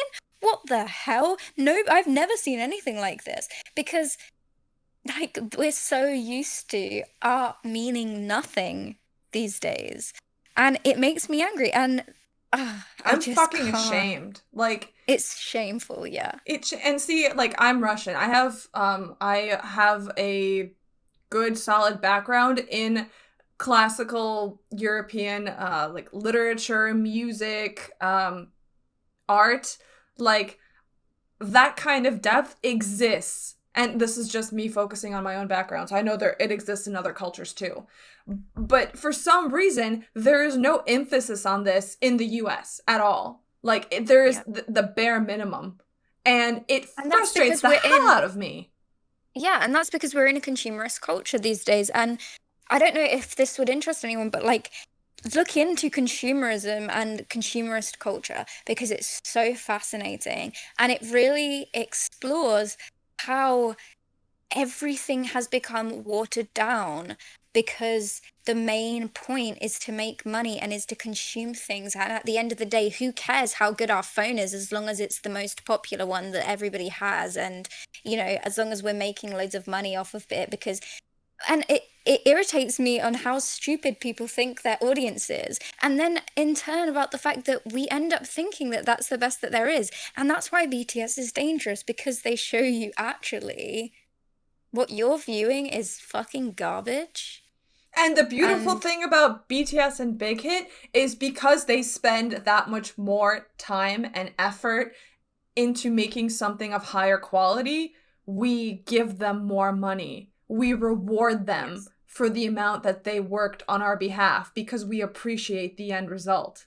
And that also pisses everyone off, because they can't just point to Big Hit and BTS and say, like, well, look at those idiots doing that so much more than us. And like, they're not making any money. No, they're actually making a shit ton of money, way more than you. This pandemic has made the tiniest of dent. That's changed their plans, certainly, but in terms of how much money they've made as a company, they've made more money this year than last year. The pandemic did not affect that at all. So that's the other part that fucking frustrates these. Yeah, everyone hates them, and I understand why, but I love it. It makes me so happy. It makes me so happy how many people are realizing it, how many people BTS have opened their eyes, and it's just the best. It's a fucking movement. Yeah. Let's go back anyway, and we'll talk a little bit about this MMA performance, because there's just a couple of things that I wanted to say about it. Obviously, we all know how incredible it was, how their performances at the year-end award shows are always incredible. But I think there are a couple of things that I wanted to talk about, and they were the bits that like I found the most incredible. And the first one we've already spoke about is the Dynamite, like Michael Jackson nod, the dance break. It was such an incredible thing, because I completely agree with you. It felt like a gift. It felt like when I was watching it, I was just grinning like a fool, and it just made me feel so good. And I was thinking to myself, that's why they've done this. They've put this in here. They've made Dynamite the song with the dance break, not to show how incredible they are and their skills are and how artistic they can be, which they can do, and they have done many, many times. And they did earlier on in the performance, but simply just to make you smile and to make you feel good. And wasn't that the whole point of Dynamite in the first place? Like, they just added another extra layer of that. Here you go. This is what we want you to get from this. Smile, be happy. Like, and I just felt that so much, and it was just so touching. So that was the first thing I wanted to talk about. Agreed. Yeah. Anything to add? No, I've already yelled about that part, so you can move Okay, yeah, good. So the second thing is that incredible intro. I just want to say the amount of beauty that went into what they did there, and the amount of courage having especially that Jungkook and Jimin moment together, where they really embodied a ballet style between two men doing a move that is typically done between a man and a woman to an orchestral piece of music, was so monumentally moving, emotional, symbolic, that I was just blown away at the fact that they did something like that. It was so meaningful to me. I thought that it was one of the bravest and most incredible things they've ever done, honestly. And maybe I'm reading too much into it, but in my view, it was something I'd never seen and I never expected to see from any artist. It was so incredible, and the way that they just, like, you could tell that they were trying to show how important art is. Yeah, I agree completely. I was caught off guard by that intro. me too. I didn't, because it's I hope I'm using this term correctly. It's avant-garde. Yes. Like, it was just it fucking intense. And did you notice, by the way, that there was water on the stage? Yes. Like, the thing, And like that moment when all of the backup dancers were in one line and they like lifted their arms and then slowly sank to the floor to reveal Jimin in his white, it was a fucking art piece. Like, that's the type of shit that you literally see in the ballet. It was incredible. and that's also, by the way, to your point about making highbrow stuff accessible to the masses, like, that is how you take something ballet, which for a lot of people has a high barrier to entry, because it's not, I mean, you can instantly appreciate it when you watch it, but you get more out of it the more time you spend in watching ballet performances, understanding the musical pieces that they're portraying, understanding the story of what they're portraying. Then, like, it becomes even more meaningful. And then plus, everybody always has an issue with, like, oh, ballet is only for, like, rich snobby people. No, ballet is a form of art. Like, calm down, sit down and go watch some fucking art. But so, like, they took that and they brought ballet and interpretive dance and modern dance, and they put it in a setting where it's accessible to everyone, where you don't feel like you are excluded from the audience. If you're an ARMY, you are included. This is for you. We want you to appreciate this song and its meaning in a way that we have not done any other music. And like, at the end of the day, it's literally called Black Swan. Like, that is a direct reference to Swan Lake, like, to the ballet. And it just shows me how much they care about their art and how much they find inspiration from all avenues, from literature, and how well ballet. read and well learned they are. Just because they make music that gets categorized into pop music does not mean they are shallow, surface level, or stupid. I think they are incredibly intellectual, artistic, and well learned. Exactly. And the other thing is that, like, they incorporate both, I'm using quotation marks here, highbrow and lowbrow forms of art in their work. Like, they can also be inspired by, like, a term like YOLO and create it into something that is a critique on society. And that's what I find so impactful and meaningful about them, is that they don't distinguish. They don't say one is more important than the other. Yeah. Like, they're all important. Popular culture is important. Like, what is traditionally considered highbrow art is important. It's all important, and it can all be accessible. And why are people bracketing things into one thing or another? And some things are more intelligent, some things are more sophisticated, some things are received better and mean you're more intelligent. No, like, it's all art. It's all a way of, like, causing inspiration. And that's just one thing that I've always loved so much about them. Agreed completely. Okay, and point 3 is, it was the best ever how every time it was Yoongi's part in the music, they just left it as an open space. Like, I had a void in my heart. And, I know. and like, I just wanted to say, and whenever that happened, when I felt that his absence, I thought about the fact that I feel his absence, they feel his absence. They're not hiding from me that they miss him and they need him there.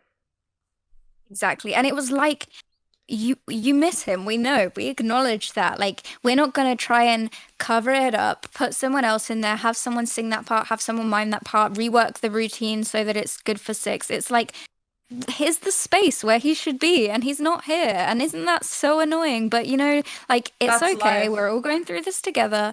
Like, it made me so happy to have Yeah. that acknowledged. It was like Yeah. validation. Because it also, when it's so common to just rework performances and rework whatever so that you don't think about that it's less than perfect. Instead, they acknowledge that that it's less than perfect, that it's imperfect. Yes. And in doing so, they also said, it's okay. We aren't at our best. We are missing someone. It's okay to miss him. It's okay to acknowledge that there is a space where he should be, which I don't know Yeah. if this was intentional or not, but think about how many people have to do that after the pandemic and all the people who are now gone because of it. Yeah. No, that is really touching when you think about it that way, actually. But I just think that it was such a statement, because it was like, you know what, we don't care about being perfect. We don't care about having the most polished routine ever. We will literally leave a space in our work because we're not perfect put that when we're arm sick. around nothing. I know. It was so sweet. And I kept getting really emotional, but not in the like, because the thing is, if they'd have done it as like a perfect routine with six, I probably would have felt sad. But I didn't feel sad. I didn't feel like, I wish Yoongi was here. Obviously, I wished he was there, but it was like, oh yeah, like he's not here and it sucks, doesn't it? I know, it really does. Like, but that's where he's supposed to be. That's his spot, and he's coming back, and it just was perfect. I'm so glad they did that. I think it loved was the right decision. One last thing I want to say about this performance before I move on to our next topic is the like VCR between episodes where they took the line from Love Yourself. Mhm. They went through all the flower, the heartbreak, the heart. Then they had the other kind of heart from Persona, yeah. and then it became the world, the globe. Yeah, I thought it was forming into a 7, but then it turned into the world, and I was like, okay. Yeah, because it was essentially like I felt included in that they were saying like our journey is to you. Yeah. No, I agree. And I can't remember exactly what the translations of the words that were there, but it was something like we're still always together or something along those lines. And then the fact that they had like that map with all the lights, just like research BTS's maps, which was really cute. Yeah. But yeah, I thought it was great. It was a lot shorter than like a third of the time of their last MMA performance, but they managed to pack so much into it. Like, I can't believe how much they packed into it. It was incredible. But yeah, I'm just really excited for Mama tomorrow, and I love them. And that's all. Yeah. All right, next topic. What are we talking about? Okay, so we were talking about Yoongi just now, and we will continue to talk about Yoongi. Just a brief one. We wanted to talk about his V Live and the fact His that adorable V he's Live. recovering and he's okay, and he came to see us, and I think we've spoken about this before, but the thing that I found so adorable about it was like, he was like, oh, I didn't want to come with this on because I thought you would worry, but then I saw that you were worrying because I hadn't showed up, so I thought I'd come. And I was like, just admit that you miss us. Just admit that you wanted to come see us. It's okay. Yeah, I think he wanted to join in the celebration of B because he saw the other live with the rest of them for the comeback. And he was like, I want to be on a live. Yeah, he's been so like, he's almost been playing the role of Army during this whole thing, because like all of his Weverse things, like posting comments about the comeback live, and then like he posted today about the MMA performance, and like he came on V Live to talk about things, and he was like, oh, and I'll be streaming the album as well. It's like he's taken on the role of an Army. Oh, that's so true. Yeah. Like he's literally just sat at home like, oh, this sucks. I'm just gonna like, but you can tell that he really wanted to just come and see Army, and I'm very proud of him, and I miss him. But I hope he comes back soon. I hope that he Me does another too. V Live soon because we miss him too, and we're here if you are bored.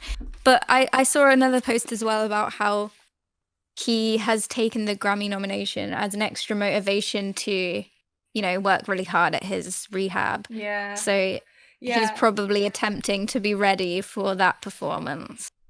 The thing that I also just wanted to acknowledge is that he didn't like pussyfoot around the fact that he's recovering from surgery and it sucks.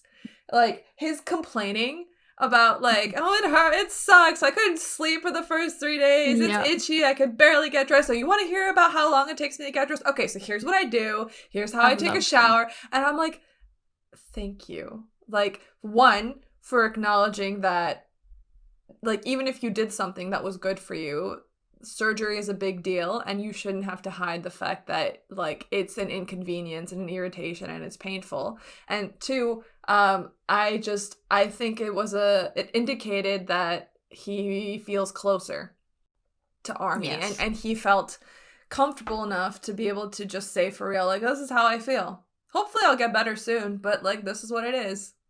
Didn't you feel like he had this kind of built up, like, not worries, but like, when you want someone to talk to about what you're going through, and like you've been holding it all in, and then you want to just be like, no, this is what happened and it kind of sucks and this is how I feel, and it was like he had come to Army to find that place to unload. Like, it was like he had came and sought us out so that he could complain and moan and talk about his surgery, and it's like what you would do with your best friend or your family, and it just made me feel so valued. Yeah, and then also I think he was looking for some kind of support because, like, armies were asking him questions in the chat, like, what are you doing these days? Like, how is this? Have you, like, and he would read the questions. And then recovering. And then answer them. Like, it made him feel good that he was being doted on. Yeah, he likes being mothered, and armies want to do nothing but mother you. So, like, he's one of those people, isn't he, that's like, acts like he doesn't want any attention or comfort or love, but actually loves having attention and comfort and love. Such and a liar. I loved that he came to Army and, like, all of Army were like, oh, we missed you so much and we worried so much about you, and tell us everything and make sure you're eating and he's like, resting. it was fine. It was fine. It's fine. I knew you would miss me, so I thought I'd just make sure you weren't too worried, Yeah. But also, and I love it that for sucks. him. And also, it's really convenient. And I'm stuck at home. But yeah, I'm doing okay. Yeah, and I suppose I should go because, I can't stay on here all day. It's like, you can if you want. If you're bored and you want to stay on all day, it's okay. Yeah. Well, that's what Jungkook says. Like, when he used to do his lives, he'd be like, I don't know what to talk about. I just want to be here. Let's play music and just talk. Like, let's just stare at each other. Yeah. But it's like, when you think about Yoongi as well, like, he always had those conversations where he would kind of put out there that he wanted to spend time with the other members, but never actually ask for it. And then he'd be, like, really upset when people didn't actually follow through with it. And, like, when you think about, like, them coming to his music video shooting or them going out to eat with him for dinner and then cancelling and things like that. And, like, he's always like, oh, yeah, I don't really care anyway. But, like, that he just has the biggest, softest heart in the world, and he just pretends like he doesn't need any attention, but he does. And I love him. I will love him forever. Yeah, but he's recovering well and he seems to be good, and it's been so nice how much we have got to hear from him. I mean, we heard from him yesterday in Jin's V Live over the phone, so that was so funny. Yeah. Oh my god, Jin. Yeah. Let's move on to Jin now, actually. Okay, yeah. So Jin's birthday just happened. Yes, happy birthday, Seokjin. We love you. Yeah. And for his birthday week, we got him their Billboard #1. Yes, actually, and I saw things on Twitter that were saying, like, like they've made it so that we can't send them physical gifts anymore, and it's like Army was like, fine, then we'll get you Billboard #1s. Yeah, that sounds good to me. We just have 3 more members, and then we've got all 7. Yeah. But so wouldn't it be great if we could literally get a Billboard #1 of a previous song specifically on a member's birthday? Like, yeah. I mean, Army has been really salty about how On and Black Swan never got their due. Yeah. Like, So could you imagine if for the next 2 birthdays we just charted On and Black Swan at number 1? Just yeah, because. yeah, that would be amazing. You heard it here first. Let's do it. But yeah, so we had Jin's birthday V Live, which was just the best. Like, I don't know about you, but whenever I see Jin's face, I'm just immediately so happy. He's the funniest person. Like, he's so adorably funny. The fact that he spent his entire birthday V Live just ringing every member of the group and making them wish him happy birthday. Like, he's the best. Ugh, I I really love like him so much. from In the Soup and the interviews that they've had recently, him saying that he's like, I'm a guy who lives in the moment. I like to live by impulse. That to me is a freeing, happy life. I don't like to feel constricted. So like he just does random things. And him turning Mm. on VLive and be like, hi, it's my birthday. Let's call someone. Like, Yep. okay, like that seems very also like what friends do. Like Yeah. when you hang out with your friend, you're like, I didn't plan this out. I just want to hang out with you. Let's go do something stupid or like Yep, something definitely. like that's really pointless. Even though calling people I is not loved the pointless. army that said that asked him if he'd taken the college entrance exam because he didn't look a day over 19, and he was like, "Oh, stop it." That was so cute. The part that's like still going around on Twitter is the fact where he called Yoongi.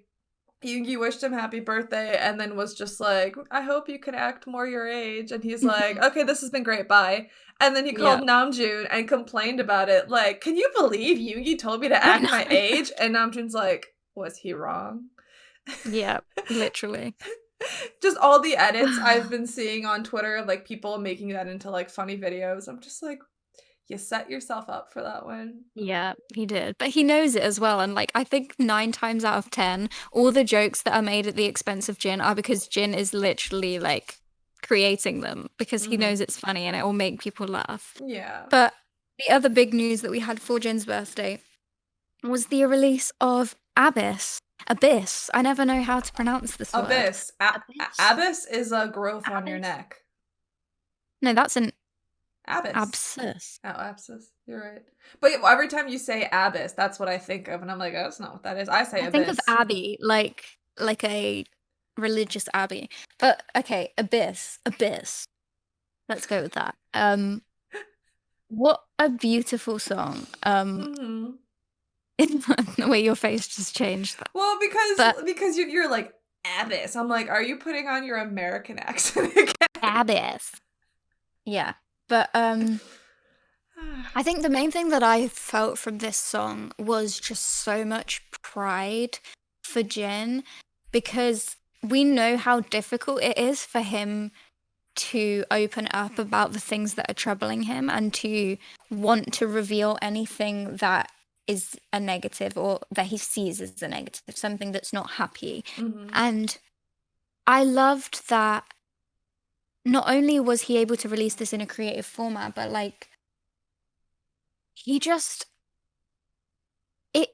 right, okay, I'm trying to find the words for what I want to say, but it was another incredible example to me of how he is always able to turn negatives into positives, even when he's talking about a negative. Like, the whole thing that I got from this song was an intense hope that he can provide himself with love and comfort, and like a want to be there in the dark times for himself. Like, even if everything is really bad and everything is really negative, I should care about myself, and I should want to go into that negative place to be able to show some love and compassion to then try and help myself. And it was such a beautiful and positive spin on a negative thing, and it was so very Jin, and I felt him and his whole presence in that song. I loved it.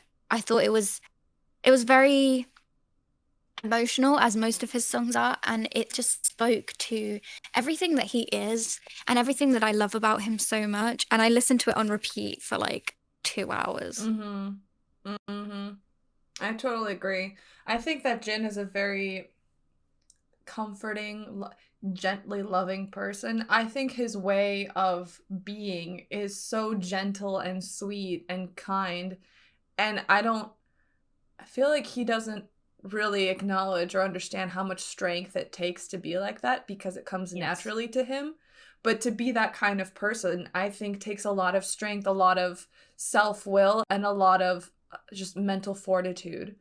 And to be I able think the main reason for that is because you, like, a lot of people's motivations, even if they're like a really, really kind person, a lot of people's motivations is that, like, they like to get recognition for being able to help other people, for caring for other people, and I don't think that's a bad thing in any way. I don't think it's a selfish thing. I don't think it's the main motivation behind doing it.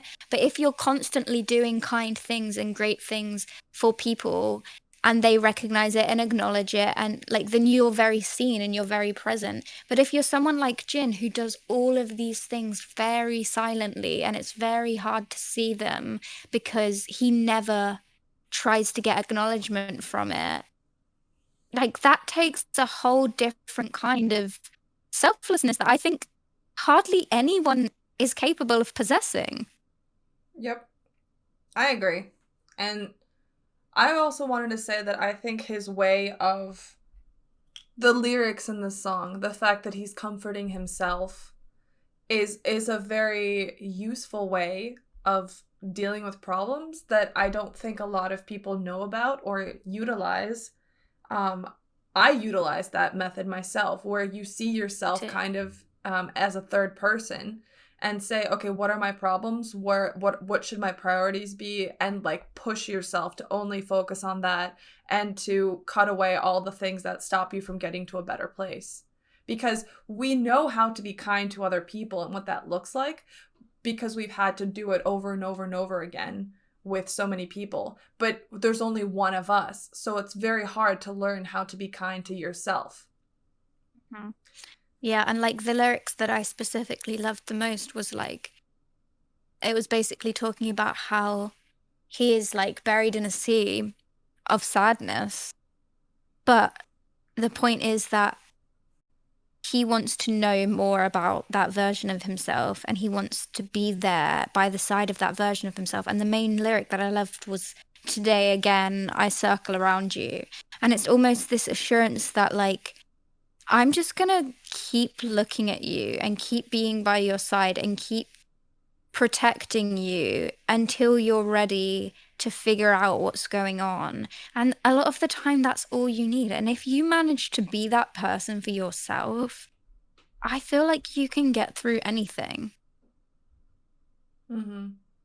I totally agree. I just love his strong fortitude, and I think he is an incredibly strong and kind and loving person, even for himself. And the fact that he is able to come up with these kinds of thoughts is very unique. Yeah.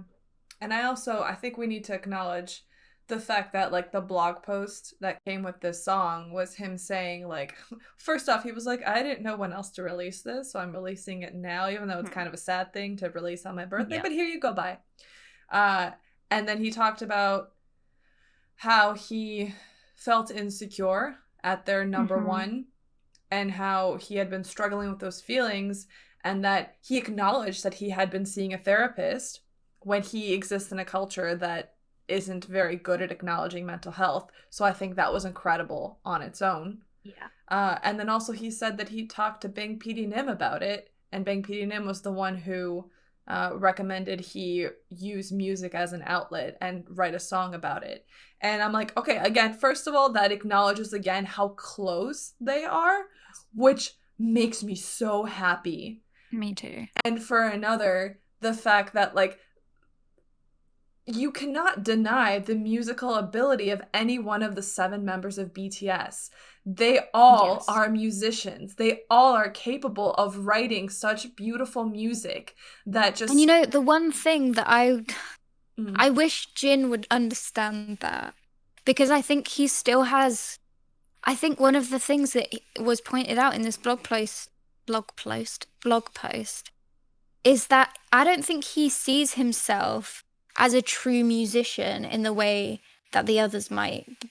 Because, like, what he was talking about was like, oh, you know, there's loads of people that love music a lot more than me, and I'm worried that if I write something that it's not going to be up to the standard that like is expected of me, and I hope you enjoy this even if it's lacking. And it's like, no, like you need to understand, like you are a professional in this industry. You create incredible music, and I it I wish he wasn't insecure about this. And I think that Yeah. it's very easy to understand why he feels insecure about this. Yeah, because But what he sees is people who produce music so often and work on it, but not all artists are the same. yes, Not and you can't judge your success or how good you are at your profession by how, I don't know, how often you work at it. And I think part of it, from my understanding, like Korean culture, South Korean culture values working really highly, and a good person is working all the time, and that's how you are just supposed to be. So if he's like, oh, well, I don't work as hard at making music as, other members or other artists, like I must be a worse musician. That to me, I don't agree with that. I don't think that's how music works. Art is not art's success is not judged by how often you do it. I think it maybe should be judged by how many people you touch or how you touch people. I don't how know. much of yourself you put into it. Yeah. And I And just I just think it's he funny that you touches just said that, because what? yeah, it's funny that you just said that, because I now want to point Jin to his own speech from Dear Class of 2020 of don't judge your journey in comparison to others. Just take it as slow as you can, because everybody's path is a different one. And I want you to stop talking down on your musical abilities and your skills, because your path is different to everyone else's, and they're not the same, and you shouldn't compare yourself with that. And actually, And yeah, and the other thing I wanted to say is I am assuming that he is not making music the same way that Namjoon is or Yoongi is. But the thing is, I don't even know that, because Yeah, exactly, because yeah. one, he hides all of that because he's the one who Yes. fucking says that nobody needs to know how hard you work except yourself. That's nice, Jin. I still want to know what you're working on, buddy. And second off, like, he's the one who said that for Epiphany, for example, he sent in melodies for the song for Yeah. all the time. He sent in he said like 30 or something, and like he kept trying, and then the one that got picked was what lyrics or something, I think that Bang PD Nim wrote or something. But just like, I think he works plenty hard, and just because Yes. the way his work might not look perhaps the same way as maybe how Namjoon or Yoongi works, because maybe he doesn't set up his computer and workstation the way you do. Again, I don't fucking know, because he doesn't reveal any of this stuff to us. I know. Maybe that's where his judgment comes from. And what you just said, his own words, don't judge your journey based off of somebody else's path. Mm-hmm. And the thing is, like, with Jin's music that he creates, his solo work, it's incredible. It's so And it's so emotionally unique. vulnerable, which Yes, also and that's what I'm saying. Like, he brings something to the team that nobody else has, in the sense that his ability to cry through his melodies, his notes, and his words, and just like hit you in the face with that emotion, is something so special and unique and incredible. And this song is another example of that, of the way that he structured it, the way that the melodies went, the way that it kind of picked up and slowed down and went immediately to a different range of notes. Like, Jin, you're amazing. I love you. It's incredible. You know what else? I just realized all of his music is incredibly emotionally vulnerable. All the way Yes. back in time to Awake. All of them are Yes. emotionally vulnerable. And all of this comes from someone who doesn't like to reveal those sides of I know. himself. I'm like, you do it perfectly, honey. Like, Mhm. I don't know how much effort it takes him to do all of this, probably a lot, but it pays off. Yes. The way that his music allows its listener to open up and allow themselves to feel those emotions and acknowledge that those sides exist in themselves is incredible. Agreed. That to me is art. He is a true artist, and one day I hope that he can say, I worked really hard on this and it's really great actually, and you're all gonna love it. That's what I want from your next song, Jin. Okay? Perfect. All right, moving Right. on. We had a lot of BTS performances. We had them at the AMAs, Good Morning America. They had the Disney Holiday Sing-Along, and they were on the Corden show. So we had a lot Twice. more performances Yeah. this time around. They were I think- incredible, as always. Yeah, they were. I loved seeing all of them. My rant still applies that I wish they could be as artistically creative and free to express themselves in the West the way they do in the East. Yes. But alas. I think I don't really have anything to say about the AMAs or GMA that would add anything interesting. For the Disney Holiday Sing-Along, I just loved how ridiculously chaotic it was. Yes! Like, Namjoon singing that, like, super high note in the middle of the song was so funny. And then they all were just laughing. Yeah, it was so funny. They were just so crazy in that one. And I loved that they just didn't take it so seriously. They were just playing around. It was the best. And the Corden show, I tweeted about this, but how much they must really respect and be grateful towards that show to literally rebuild their set and make their entire performance an ode to that show. Like, imagine that if an artist that came on your show sent you in a video that was literally like an ode to you. Like, what an incredible way to like pay back and reward someone for like giving you a platform. I don't know of anyone that would do something like that. I just thought that it was so special of them, and it shows why they are so respected in the industry, honestly. I think, again, the part that I tweeted about this too, and I think as the audience, what we get out of seeing all of that is we can appreciate their appreciation for each other and their relationship. It's the human connections that we see happening that make us happy. I keep coming back to that. I honestly think that the fundamental thing that people want in life is human connection, because that's just how we're wired. And when we see someone that we love show somebody else who treated them so well that they love them, it's like a fucking triangle of love that's just going in a circle, and we're all happy and celebrating each other. So James Corden, thank you for everything. And on that same note, I wanted to move on and talk about really quickly the Esquire article. What a guy. I have never been so happy to read a BTS article. It was incredible. His way of describing everything, of addressing all of the issues and microaggressions that we experience in the fandom all the time as we try to support BTS in the West, was just incredible to see written down in such a beautiful and eloquent way. I really applaud everything he did. I think it was incredible. And I will share that article with everyone I possibly can. Yeah. I think the main thing that I just loved so much about it was how much genuine interest and work and effort and research he put into this. And I saw somebody comparing it directly to the horrible Hollywood Reporter article. It was one of the army journalists. I can't remember which one it was. Yeah. But like when you think about that, it's like, oh, I didn't even bother to research about them because I don't really care. I gave them a stupid gift and I think their culture is stupid and I'm going to ask stupid questions and I have no respect for them.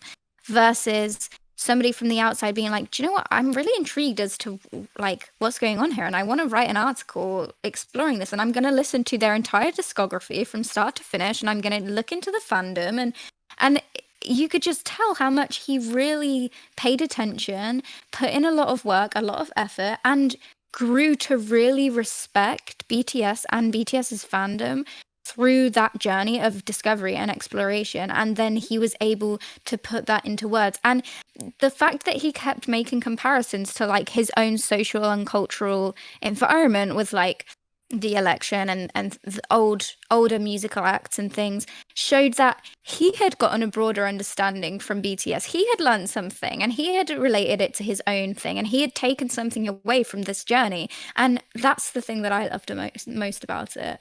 Did you listen to him mention it when he did his podcast? His podcast is called Homophilia, and he had like a little snippet in one of the recent episodes where he talked about how he wrote this article. Have you seen it? No, I didn't know that was a thing. Oh, I think I DM'd it to you. It was like he was saying that this whole interview was like under wraps and had to be like confidential, top secret, and so he couldn't like he had actually accidentally told like 8 people by the time he like got told like you can't tell anyone you're writing the story, and then he immediately went back to all those people who were like shut up, don't tell anyone. That's so funny. And so he wrote that article, and his goal was he did not want to approach this from the perspective of K-pop or boy band. Mhm. Because he said that it's been done before, done poorly. Yeah. And he just wanted to approach it differently. And he did. He approached them as real artists who were an Mhm. actual phenomenon.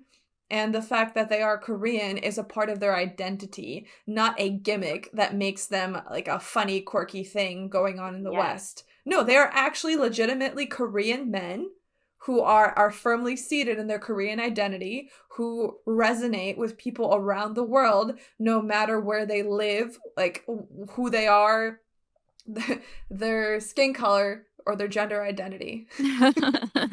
Nice. So, and then he also said that being exposed to ARMY, we are one of the most lovely, like we are the loveliest fandom, the best fandom he's ever met, because like his Twitter mentions for days were just purple hearts and like love from ARMYs, and he was really happy about that. And listening to that and like his joy from receiving so much gratitude for his work just made me go, of course, that is what you get when you actually devote the time, the respect, the energy to write something that is in itself art. His article Yes. and the ideas that he presented, in my opinion, is a form of art. And Yeah, it was very much personal to him. He put a lot of his identity as well. yeah, and so in turn, we appreciated him and we will shower him in love and also in money. Because I will tell you, this article came out after the AMAs. So AMAs were on a Sunday, and this Esquire article came out at like 1 a.m., like Monday morning. So like I was fortunately still awake, and we all read it. We all freaked out. And then everyone immediately was trying to figure out how to buy the magazine. And so it was like 1:30 in the morning. I got back out of bed and went to find my wallet so I could sign up for a subscription so I could get a physical copy. And you had people who were like in other parts of the world who couldn't sign up, who were like, we crashed the Esquire website, some other website that was like reselling editions of the magazine. We crashed everything because everyone wanted a copy of this unique piece of art, this beautiful Yeah, because article. we want to reward it. Yes, we want to reward it. And the funny thing is someone said that they only had like 55,000, some very small amount of copies of this, and all armies were like, come on, what about the rest of us? Be prepared. Like, you wrote a good article, we will buy it. Like, you need 10 times the amount you have. So I think they were in process of trying to get some more copies of this version, and that's what I mean. It would have been a big surprise, which makes me really happy that they were like not expecting it at all. But like, and that's what I mean when I keep coming back to the point where armies will speak in every possible way we can, and money follows good things. So if you wrote something that was genuinely good and from the heart and respectful, we will fucking buy it. Yep. Like, we will give you our money. You don't have to wrestle it away from us. He's the one as well, isn't he, that Namjoon said looked like Wolverine and then put that as his Twitter header. That's the guy, right? Yes. That is so funny to me that literally like the last line of the article was like, hey, you look like Wolverine. And he does. He really does. It's so cute. I saw somebody on Twitter say as well, like, I wonder if Namjoon just spent the entire interview sitting there thinking about the fact that he was talking to Wolverine and then waited until the end to, like, announce it. Yeah, or I just bet that made couldn't his hold day. it in. Yeah. Genuine human connection is what matters. Actual effort will sell and will make you money. Big Hit's business model of putting in the time and work to create a good product will pay off. It is what should be happening. Not consumerism. Not the watered down shittiest version of a product. The best. Exactly. Agreed. So the last thing I think that we're going to talk about, and let's just keep it as quick as we can, is their wonderful Weverse articles. So we haven't had Yoongi's yet because I think they They're working on postponed it Yeah. for now. I But I just wanted to say overall, I think you and I mentioned this to each other. This kind of stuff, these kind of interviews were very personal and very intimate and revealed things about BTS that we've never seen revealed in any other type of media. yes, And that we've never heard from them say. And so it feels like it doesn't feel right to discuss and analyze it agreed. in the way that we would something that was like, oh, Namjoon wants to write a book. Oh, that's so cool. What would you write a book about? Like that that is less intimate and less intrusive than I discussing agree. these kinds of Weverse articles. And Yeah, like I wouldn't want to go into detail about these types of things because for me, reading them was like sitting down and having a one-on-one conversation. Like I feel like you saw so much of them in these interviews. They were very open, vulnerable, honest. And I just was very, very grateful that we managed to receive that. And also, I'm really devastated. proud of Big Hit for providing this kind of environment for them to be able to talk to somebody in this way and feel comfortable doing so. And the photo shoots were incredible as well, by the way. I loved the photo shoots. Oh yeah, and same. So much. I also want to mention the Esquire photo shoot was Oh my god, like, yes. like whatever they're doing right now, A plus. They just keep keep it getting up. more and more and more and more and more attractive as the years go by. And every picture I see of them, I'm like, handle how this. can 7 people look that incredibly good It's not all fair. in one shot? Like, it doesn't make sense to me. It hurts my feelings. And if it continues, I'm gonna be mad. Every picture is a struggle. I'm like, I can't look at this anymore. Yeah. Like I've reached my limit of what I can tolerate before I just start screeching like a beached whale. Exactly, because they like you keep thinking they've reached their peak, and then every photo shoot They're they like, get "Bitch, you more and more thought?" handsome. Like every year they get more handsome. Like when is it gonna end? How much more handsome can they get? And the thing is I know every human has their insecurities. I know they have their insecurities. I know they go, oh, it's just makeup. It's just our, whatever skin regimen we have. Oh, it's a little bit of Photoshop. Oh, it's a little bit of knowing how to pose. Who cares? I could try to do all of that. I would never look as good as you. You can try and do all of that, and you look like that. A plus. Yes. Like, Yeah. you are better. And also, their posing ability is incredible. They have really learned how to pose.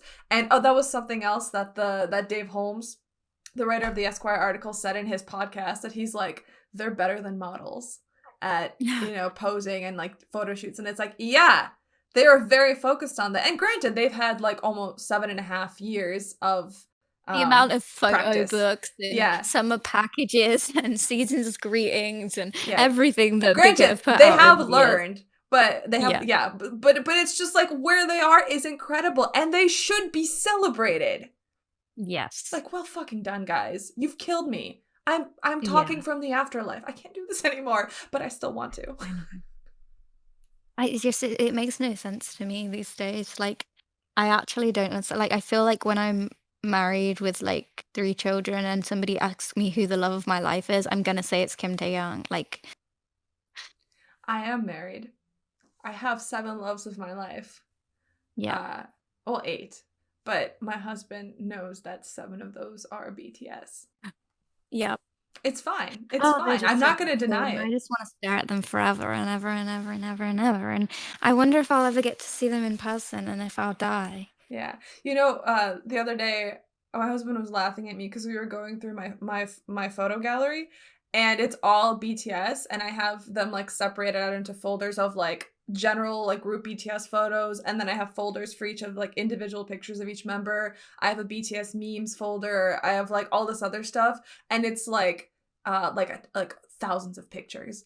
And then my husband looked at it and he's like, your phone is like 2% me, 98% BTS. And I'm like, yeah.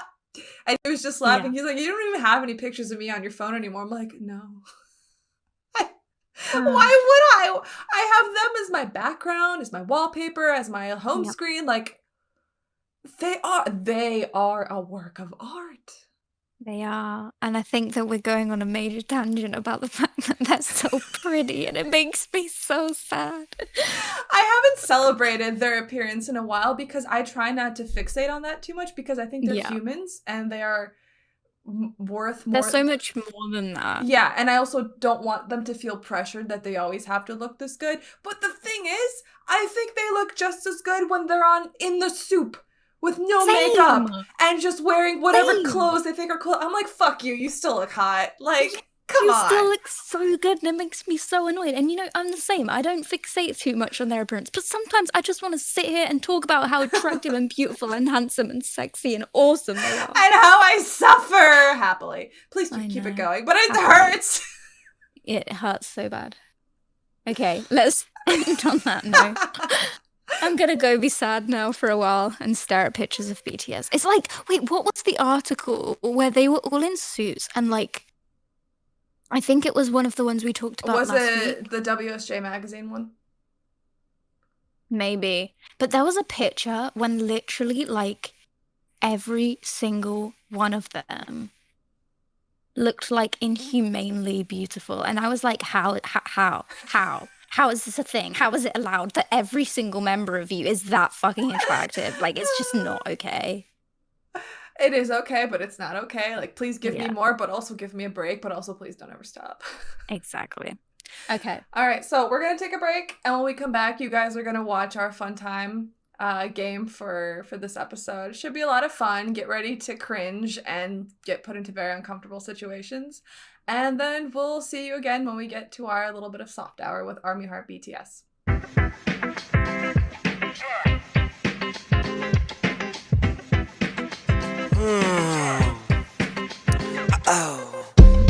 뭔가 놓친 듯해 커피 한 모금으로 불안함을 했어 안 흔들린 스트레스 내게 갑자기 다가온 불편한 행복 24 hours 시간 참 많은 하루 종일 잠자도 지금 no problem 몸 부서져라 뭘 해야 할 것 같은데 마냥 삼시세끼 다 먹는 나라 새끼 내 드레시는 내 자신을 물어뜯는 게 깨깨깨 돈 더 다다다다다 외쳐봐도 성과에 목매매매매매 Heard that do my dang damn if I fail 계속 내 성동화 줄을 타 불완전 내 건변 무리적인 건 직업이 주는 스턴 Maybe 내가 갚아서 그래 생각이 많은 탓 I hate that 단순하지 못한 치기 어린 날 나도 참 어려 몸만 어려 절뚝거려 인생 걸어 One for the now, two for the show Just like I'm so fine Every day 나를 위로해 다 똑같은 사람이야 ain't so special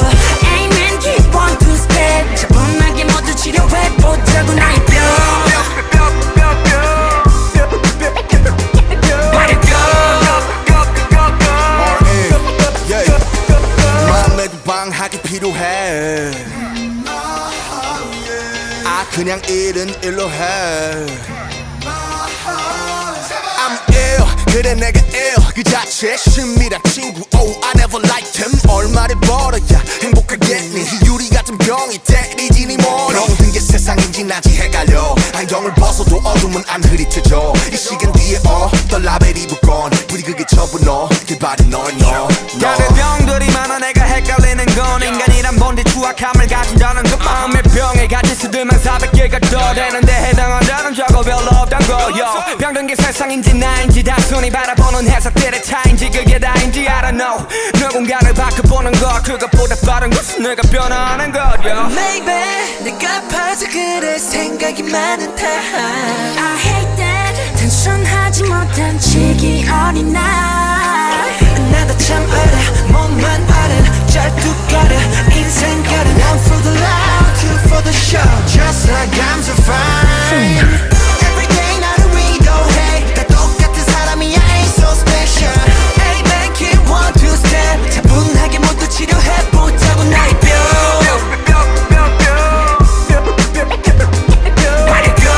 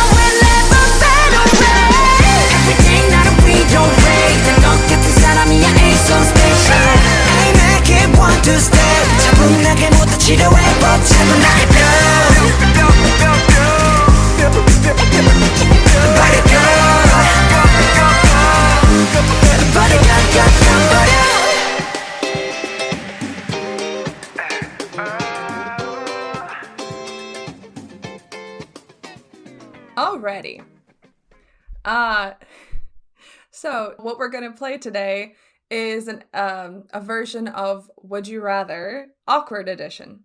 Where essentially we're gonna have Would You Rather scenarios, and both of them are very awkward and cringy, and you have to pick the one that like you're stuck between a rock and a hard place. Which one are you picking?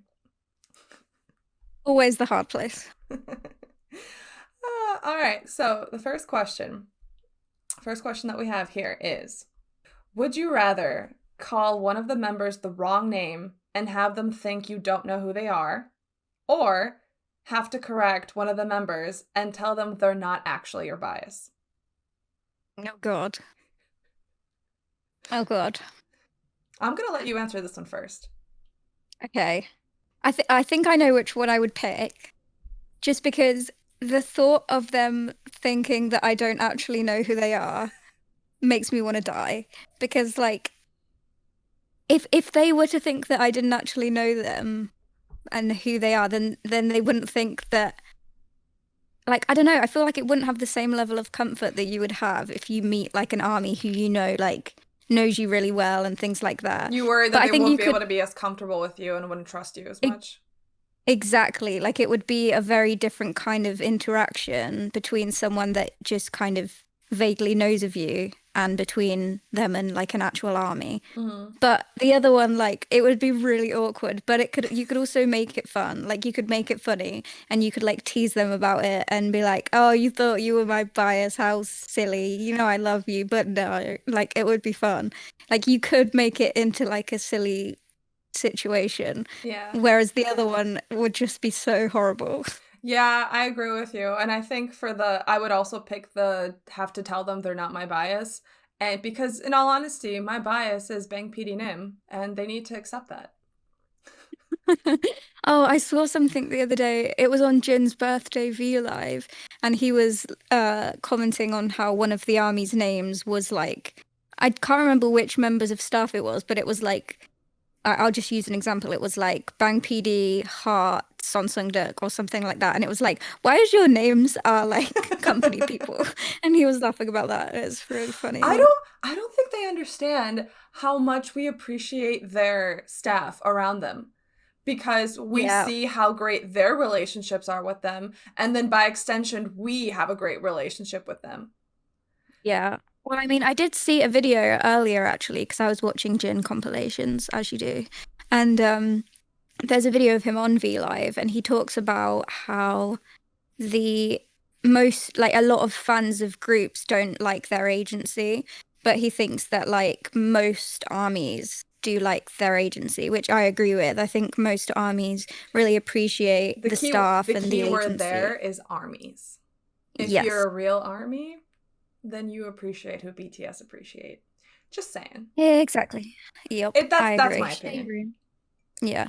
But so I think that like they understand that, and I think like you would get a lot more respect for your fans if they can see beyond just you and like see all of the hard work and dedication that other people go into, because that way you're not like, oh wow, the 7 of them are like inhumane humans who do every single thing themselves and everyone else is holding them back. You're like, no, I appreciate how much hard work and effort and teamwork goes into this whole production, and it's not just you holding the weight of the world on your shoulders and being like superhumanly incredible. You're normal people that need help from others and that get help from others, and like I think I would appreciate that if I was them. I think it's actually more admirable, in my opinion, that you have all 7 of them able to work so well with the rest of the company. I feel like they work, obviously I'm not them, but it's damn near close to seamless. Like they are very collaborative, and even if they have disagreements and argue about like and debate what should be put on the album, what the concept is, what the message is,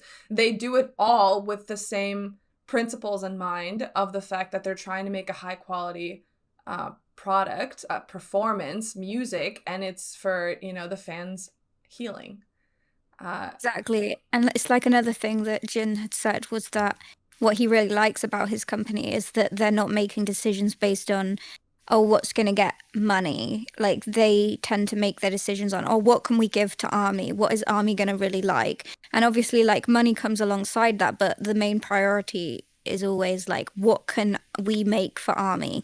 And I agree with him when he says that, and I think that's really special. And I think it's that specific mindset that is the reason why money follows.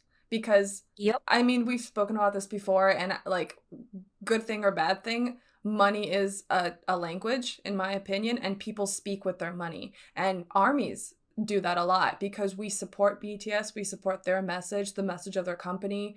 We, shower them in so much money because we want to support the things that matter to us.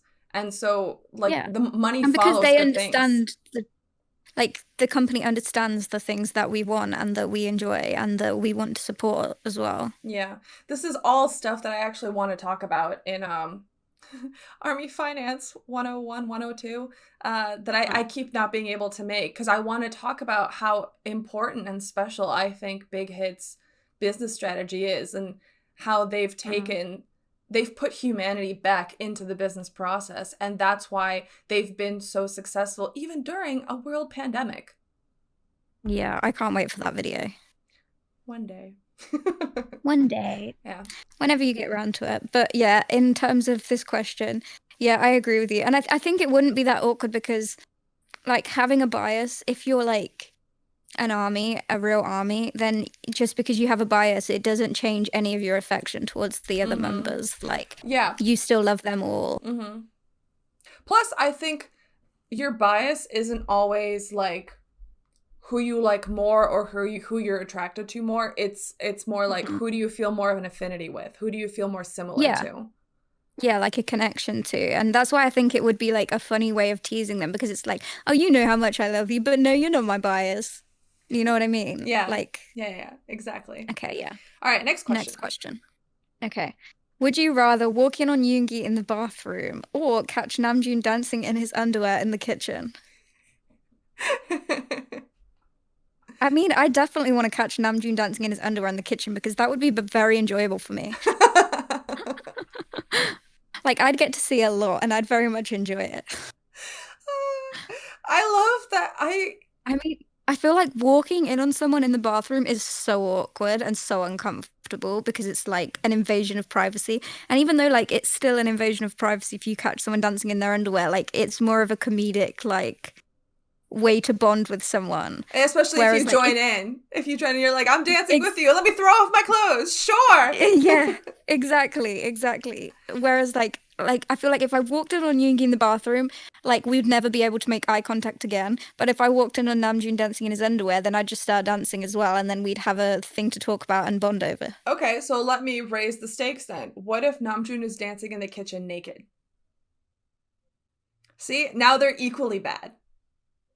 Okay, but if I was to do that, then I would just somehow try to seduce him. Well, so the thing is even if Namjoon was naked, please, I would still do that because it was his choice to be in the kitchen, out in the open, having a good time. You know, Yoongi didn't ask for me to come visit him, even if I didn't mean to be there either. Oops.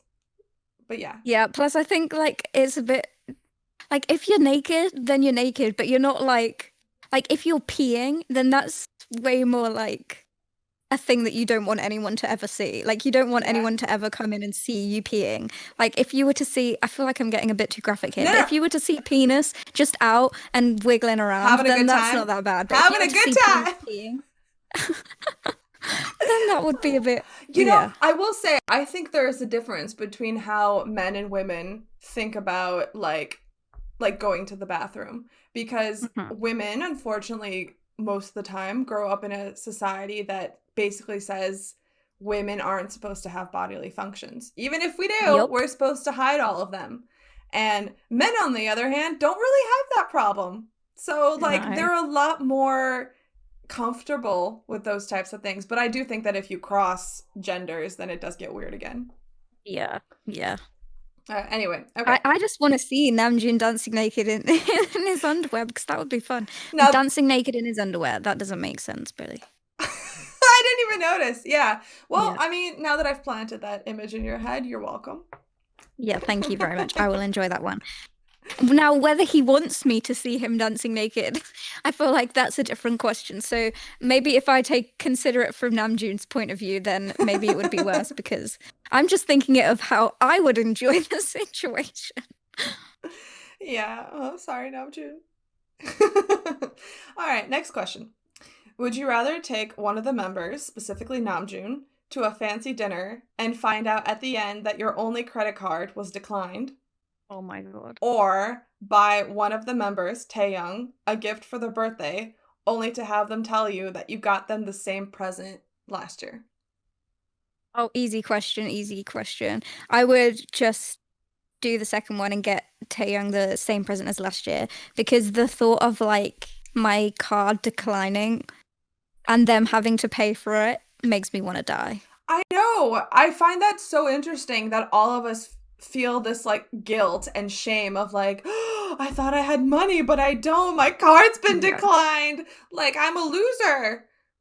Yeah, like it is really sad when you think about it, but like with societal expectations, like if your card declines and you don't have a way to pay for something, then that immediately calls into question like your financial situation, your career, your like family support, And how like good- everything. Yeah, and how good you are at keeping track of your own money. Like, how did you not notice this? Yes. Exactly. Like if you get the same present, then it's just like, oh, I'm such an idiot. I'm so forgetful. I'm really sorry. We can go exchange it and get another one. But the other one is like, it feels like it's exposing you for Yeah, so many things. But the thing with Taehyung is, what if he was like, you don't care about me. You got me the same thing. Oh. Like, can you just imagine his like heartbroken face where he's trying to hide his feelings and he's just really serious and he's like, you got me this last year. No, now that you say it like that, I'll take the other one. I'll take the other one. It's fine. I'll be shaped if it means that Taeyong isn't sad. Yeah. I think I would go with the fancy dinner thing too, because hopefully Namjoon can spot me, and then later, once I figure out my financial situation, I can then repay him. Yeah, I mean, it depends on how close of a relationship you would have with Namjoon. Like, You're equally close as with Namjoon and Taehyung, I guess. Because Taehyung is sad Okay, well, that you got if him I the was- same present. How dare you? Yeah. You don't care about him. if I was close with them, then yeah, I would definitely pick that one because, like, I wouldn't feel as awkward if it was somebody that I trusted. And, like, if it's someone like Namjoon, you know he's not going to judge you for it. So that would be okay. Honestly, with Namjoon, he'd probably be like, don't worry about it. It could have happened to me. I'm bad with my Yeah. finances too. It's like, oh, last week I forgot my card and then I had to, like, call my manager to come and, like, pay for it. Yeah. Okay, next question. You can read it. Would you rather pick up food for Jimin and get his order so wrong that you return with something he can't eat/hates? Or cook food yourself for all the members and fuck it up so bad you give them all food poisoning? Oh, I definitely couldn't choose that second one. Like, could you imagine if you were the reason why 7 of the most incredible men in the world were out of work for 2 days? In the bathroom, all yelling at each other, get out, it's my turn! Oh my god. Like, if I messed up Jimin's order, then I'd just be like, oh, it's okay. I'll cook something for you. I'll make something really nice for you. I'm so sorry. Like, I'm so stupid. No. This scenario is you do not have food for him. That's why you went and got it. And you came back with something that he still can't eat. And so he's hungry and sad and, like, upset. And you're like, Yeah, and you know when you're like that hungry that like he's you hangry. sit there and you're like, oh my god, I'm getting food. My food's gonna be here soon. And then if it comes and it's like Yeah. something you can't eat, I would like have a breakdown. Exactly. Yeah, that's the scenario. So either that or you make food for all of them and they're like so happy with you and then they all get food poisoning and they never trust you again in the kitchen. Yeah. Oh god. It's a really hard I'd have to- choice because it's either like you upset one of them a lot and like maybe that person never recovers in how they feel about you, or 2, you get all of them sick, but then they're just like, never again, get out of the kitchen, we're cooking for you. Yeah. So I feel like I would have to pick the first one because he'd be so sad, but I'd just be like, we'll go out to eat. I'm so sorry. We'll go buy food and I'll get you a present to make it up to you. So yeah. Yeah. I couldn't make them sick. Like my babies, they can't be sick. Yeah.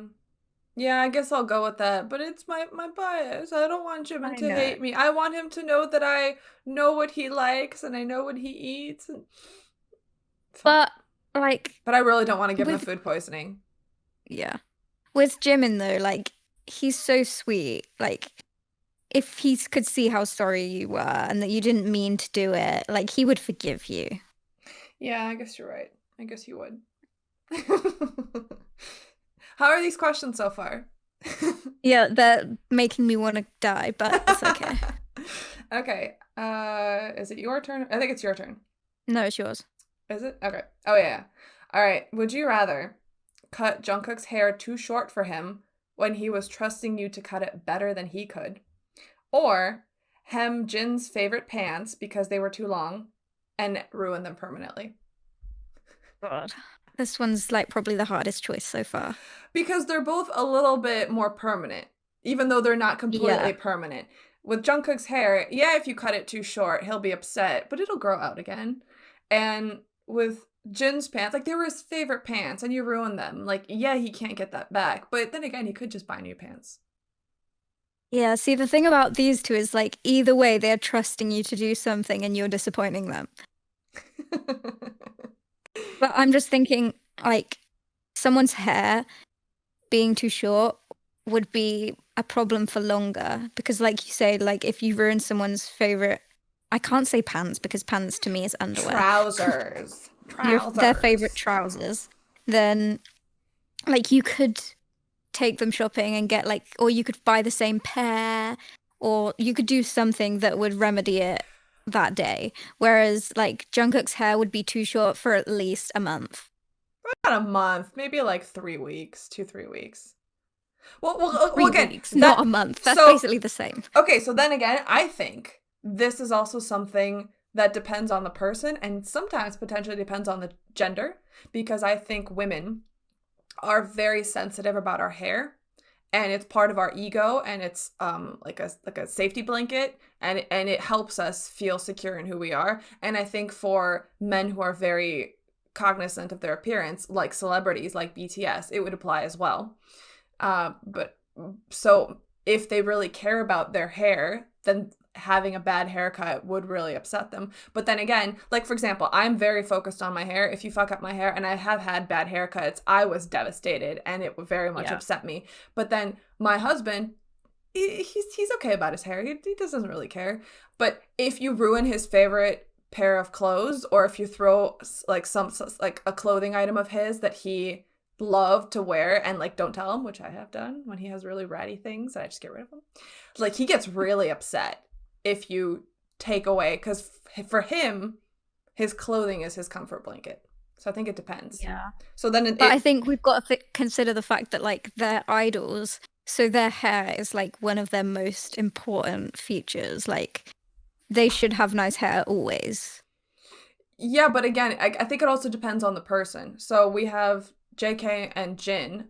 Of them two, who do you think would be more upset about their clothing versus their hair being ruined? See, this is what I was just thinking about. And like, if you got Jungkook's hair too short for him, like, I feel like he's the type of person that would pretend that it was okay so that you didn't feel too bad. Like, it's like, oh no, fine. Like, I don't mind it. It looks fine. And then he would just deal with it and pretend like he didn't dislike it. And so wear that you wouldn't bucket feel bad. hats! Yeah, and like wear hats and things. But then like with Jin, if you ruined his favorite pants, he'd just constantly be like, he would never let you forget it. It's like, yeah, you ruined my favorite trousers, whatever. Just What's don't next? talk to me anymore. Yeah, like first my You're a trousers, monster. what's next? My dreams? Like you're horrible. Yeah, exactly. So I feel like if I'm thinking about it in terms of their personalities, then I feel like I would rather cut JK's hair too short because he's not really? the type of person to get upset about it. Oh, I'd rather someone tell me to my face if they're upset. If somebody hides the fact that they're upset at me, I don't like that. So I think I would go with Jin. I'd rather ruin his favorite pair of pants and then have him bitch at me forever. And I could like apologize or like just retort and with my own like teasing forever about it and like have that be something. Yeah, that is a very good point, actually. Yeah, no, I changed my mind. Okay. Okay, next. Next, your turn. Oh, this one's hard. Would you rather stuff your face in front of Hobie and have him think you eat like a pig, or accidentally feed Jin garlic and give him such a bad allergic reaction that you make him cry? Oh god. Aren't these tough? This one is tough, I think. Because I will tell you something. I'm trying to picture what their reactions would be. Well, because I don't know, have we had this discussion? I can't remember, but like I am very sensitive to strangers watching me eat. I don't like it because I worry that they're going to think that I eat like a slob, that I am just not elegant, nice the way I eat. Like I don't like that. And there have been times when I've had like work like outings where we go eat and like with new people, and I'm like, and I'm trying so hard to eat nicely, but I'm really hungry, that like I have inhaled my food accidentally and then started choking and like coughing and crying, and then it's even worse than if I had just eaten normally, and I hate it every single time. So for me, yeah, I don't really have that problem. Like, I'm one of those Lucky. people that's like, oh, you think I eat sloppily? I don't care. It's really fucking good. Like, yeah, I have stuff all over my face. I'm enjoying my meal. Lucky you. I wish I didn't have this problem. So yeah, so for me, if Hobie, of all people, was like, oh, you eat like a pig, I would be like, I want to die. But then I also don't want to give Jin such a bad allergic reaction that he cries. Like, of all the members, he's the one who's very, like, holds it together. Yeah. And if you make him cry, it's a really bad reaction. Yeah, like really bad. I'm just trying to think, like, if I ate really like sloppily in front of Hobie, I have two instances in my head and I can't think of which one it would be that he would be like. Either he would be that like judgy teacher who's watching you like, what are you doing? Or he would make a big joke of it and just start eating as awfully as you're eating, and then you would just be in on it together. And I don't know which one it would be. Well, the other scenario that I think is like he would just kind of like sit there and watch you quietly and awkwardly and be like, "Oh, you must be really liking your food," and then just continue being like stoic about it, or like a haha, and you're like, "Oh God, he's judging me quietly. I hate this."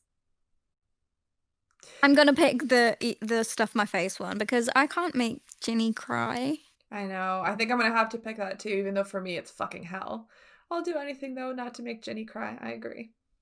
Yeah. Okay, next. Okay, next. Is it my turn? Yeah. All right. Would you rather have Tae think you stole something valuable of his, or have Jimin think you don't care about the other members of BTS? Oh no, this is the worst one. Yeah, I figured this one would be hard for you. This one's the worst, by far. Because, like, first of all, it's my bias. And second of all, I have such a complex about, like, I don't know, about, like, money and morality and not doing things like that. Like, I couldn't bear it if somebody thought I did that. Like, just personally. But, like, Jimin would hate me, first of all. Mm-hmm. He would. He would. And we know that. How many times has he said that? Where he's just like, yeah, if people make or say anything bad about BTS, I cut them out of my life. And first of all, when I heard that, right, I've accepted him as my bias eons ago. Like not in relation to any of that, but for many other reasons. But when he makes comments like that, I'm like, he is like my soulmate, because that's what I do. Like, this is why. Yeah. If you fuck over me, or especially the people in my life that I care about, you're gone. I will cut you off first. And that's what I have done. Yeah, I have those moments with Tae as well. It's like, recently, did you see that, like, on Jin's birthday, Jin was sad because he didn't have many birthday messages, so Tae went round all his friends and got video messages for him, and then was like, see, look how loved you are. And I was like, right, that's why you're my bias, you sweet, beautiful, comforting, kind man. I love you. I know this is fun time, but I did want to say that I really enjoyed seeing that, because I think it spoke to an insecurity in Jin that he was feeling that Tae sensed. And yes. And even if Jin expressed what that, like, oh, I didn't get a lot of messages, maybe in a joking way, or in like Yep. a I'm not really upset, but I don't get any, like, it's kind of, maybe he made it as like an offhand joke. Tay received it and was like, this is a problem. Yes. I can feel it. And he went over the top in his response and like Yeah, and I love it so corralled much. all of his other friends, like, we need a birthday message. Like, drive, come on. Yeah, it just speaks to how much, and this is the thing, this is one of the things I value the most. Like, the thought of somebody feeling unloved or feeling left out and alone is one of the things I hate the most in the world, and I would do anything to make sure people I care about don't feel like that. And it's like the fact that he did that, especially for Jin, who I also love so much, just it was just so sweet. And like Mhm. like you say, like, he went over the top so that it wasn't like a shameful thing. It wasn't like, oh, I'm gonna do something so that you don't feel that way. Like, he genuinely like got all of his friends, even friends that weren't close to Jin, to send messages so that it was really ridiculous, Yeah. so that it wouldn't even be awkward or embarrassing or make Jin feel worse. Like, and it's just, oh, it's like a child. It's like a childish way of responding to it. Like, I'm gonna get loads of messages from random people and have them sent to you. Oh, I actually, love him. I know you say it's like a child, but I think it's probably because it was so base and heartfelt and had no veneer or like uh not maturity, but like it wasn't highbrow. It was very just like, this is my gut reaction. I think that's why I'm hoping Jin allowed himself to like feel for it more, because it didn't come from a place of calculation. Yeah, I think like when I say childlike, it's because of that like innocence to it. It's so innocent. There's no motive, there's no agenda. Like it's how, like, you know, like when you talk to a child and, like, I don't know, for example, like my nephew, I've been sad once and my nephew brought his favorite teddy to me and like gave it to me, and it's just like it's such a childlike thing to do, to just do something so sweet and innocent with no like getting nothing from it. And no ulterior motives. Yeah. Exactly. Like, just to make you feel better. And it's so sweet. And most people wouldn't think to do that type of thing because they wouldn't want to impose on somebody else.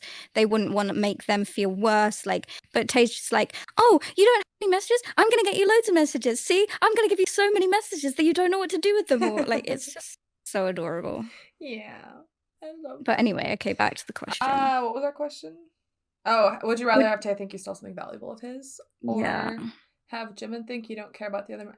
I would rather Tay think I had stolen something of his, so then when we eventually find it, I can be like, excuse me, you want to apologize? Or I will fucking go buy him another one of that and be like, yeah, I stole it, so I'm buying you another one. That totally makes sense. Like, I'd have to pick the first one because there's a way of you fixing it. Yeah. But it would, like, that would be the worst scenario for me. If Jimin Like, thought I you just didn't have care. such a complex about those types of things, of people thinking I've like Stolen taken something of theirs, or like, ugh. Yeah. But I would do it so that Yeah. Jimin Because the thing knows how much I love them. The thing, I think what you and I are steering away from in each of these questions is we don't want to pick the scenario where BTS lose trust in us. Yes. Like, no matter what, because trust is something so fickle and it's so hard to get in the first place. And once you have it, you can only lose it. And once you lose it, it's, in my opinion, I know that people feel differently about this, but me personally, it's virtually impossible to get it back. No, I agree with you. Because, like, even if you think that you trust them again, like, there's still always going to be that subconscious, like, 1% that's in the back of your mind, like, do I though? Exactly. But yeah, no, I agree. Like, I'm picking the options that I feel like I could fix. Yeah. Yeah, and the other thing is like, with BTS, with how much they've done for us, how much they've changed our lives and all of that, I want to be for them someone they can trust and that they can depend on. So for me, like, that is the biggest way I feel like I can give back to them. And any scenario here where they lose that trust in me and they lose faith in me and they feel worse about themselves in some way, I'm like, no. I completely agree. Yeah. Throw myself under the bus first. Yeah, exactly. Because the thing is, like, they must have so many people that they've had in their lives that they can't rely on and that let them down and that like don't really care about them personally, that like the only thing I would ever want to be for them is somebody that they know 100% can always be relied on. Yeah, I think that's very true. I think they've mentioned it occasionally, subtly, very tangentially, that they've had people in their lives who they realized weren't real friends and had to Yeah. cut that relationship. And I Like just for before you go on, just to give you like a very solid example, remember when Tay was up really late one night and he'd been drinking a bit and he talked about how like he Where? worries that people Where? it was on Weverse. On Weverse. Okay. He talked about how he worries or like he thinks that a lot of people care about V but don't care about Taeyang. I vaguely remember that, yeah. Yeah. Yeah. And I think that speaks to what we're talking about here. Yeah. I think that's an example. I think they mentioned something in the soup. But maybe I'm misremembering it. I know they mentioned something in one of their festas. Maybe it was their attic conversation? Dinner party? Maybe, yeah. But yeah, like they've mentioned. And the thing is that I think they hide that aspect of their life because it's not pleasant in any sense of the word. Like for us to think of as fans, for them to think of or talk of as artists, as celebrities, that there's so much of their life that isn't real because when they have so much access to fame, to money, to like all of, there's just so much power involved in what they do that it's shiny, it attracts people and it changes people. And unfortunately I think that's just unfortunately human nature. Yeah, and it happens to most celebrities. And like when you think about like what we were talking about with Jin, like not getting that many birthday messages, and then when you think about like Yoongi talking about like how that friend he had from Dear My Friend like was one of his only friends, and like it is really sad to think about the fact that a lot of them wouldn't have really, really close friendships outside of the group and outside of ARMY, because how can anybody possibly understand or how can you trust anyone to really care about you as a person and not just as a facade? Mm-hmm. And it's really tough. And I imagine that's why like most of them, either the friends that we know of are either friends from childhood, like Jimin has a lot of school friends that he still keeps in touch with, or like other celebrities like Tae's Wooga Squad, like they're other celebrities, so they're like in a similar situation. But it's just a really difficult one when you're in a position of celebrity, fame, power. I think Wealth, that so yeah. many celebrities talk about this. Yeah. The other thing though is I will say is that I think it's normal the older you get in life for your friend circle to shrink. Because like when you were younger, you were constantly socializing in school. And then as you get older, you finish your schooling, you start a job, and then you don't really have as much opportunity and time to just socialize with the people. Everybody has a lot of other obligations that they have to prioritize. And I think the difficult thing is that for BTS, they've grown up in the spotlight. So there's a lot of times where I feel like they don't understand what is a hardship they're going through specifically related to their career and what is a normal hardship of growing up. Yeah, and it is true. Like when you think about it, like even your own personal situations, as you get older, you realize that 9 times out of 10, the people that you think are your friends are kind of only your friend because it benefits them and aren't really like a friend. Like I think it's a very normal part of growing older as you grow apart from your friends when you realize, you know, this friendship is actually very surface level and like most human beings don't really think outside of their own selfish wishes and like, well, I am this person's friend because they make me happy and I think it's very common. Like I've experienced that loads of times with friends when I've grown older and I've realized that it wasn't what I thought it was. So yeah, I do think it is a very common thing, but it probably just is even more so. Yeah, it's probably exacerbated because also when you make new friends, you always have that thought in your mind of like, are they friends with me because they like me like genuinely, or because they like who I am as a celebrity, they like my access to wealth, they like my access to Yeah. power and like VIP locations and whatever else. Plus, it's just expected at that point, isn't it? So, like, if somebody goes into a friendship with you, expecting those types of things just because you are in that level of fame and wealth and whatever, like, you can't even really fault it because, like, a lot of the time it's not done in a mean way. It's just like, oh, but this is the person that is presented to me. Like, that's the person that they are because that's their lifestyle. So, like, you can't really relate to them or understand them. So you just see them in a different light. Yep. And that is why you and I are going to have BTS trust us with every fiber of their being. We will be Exactly. there. Wait, what was the thing you said once? You wanted to be their personal assistant and not get paid? Yep.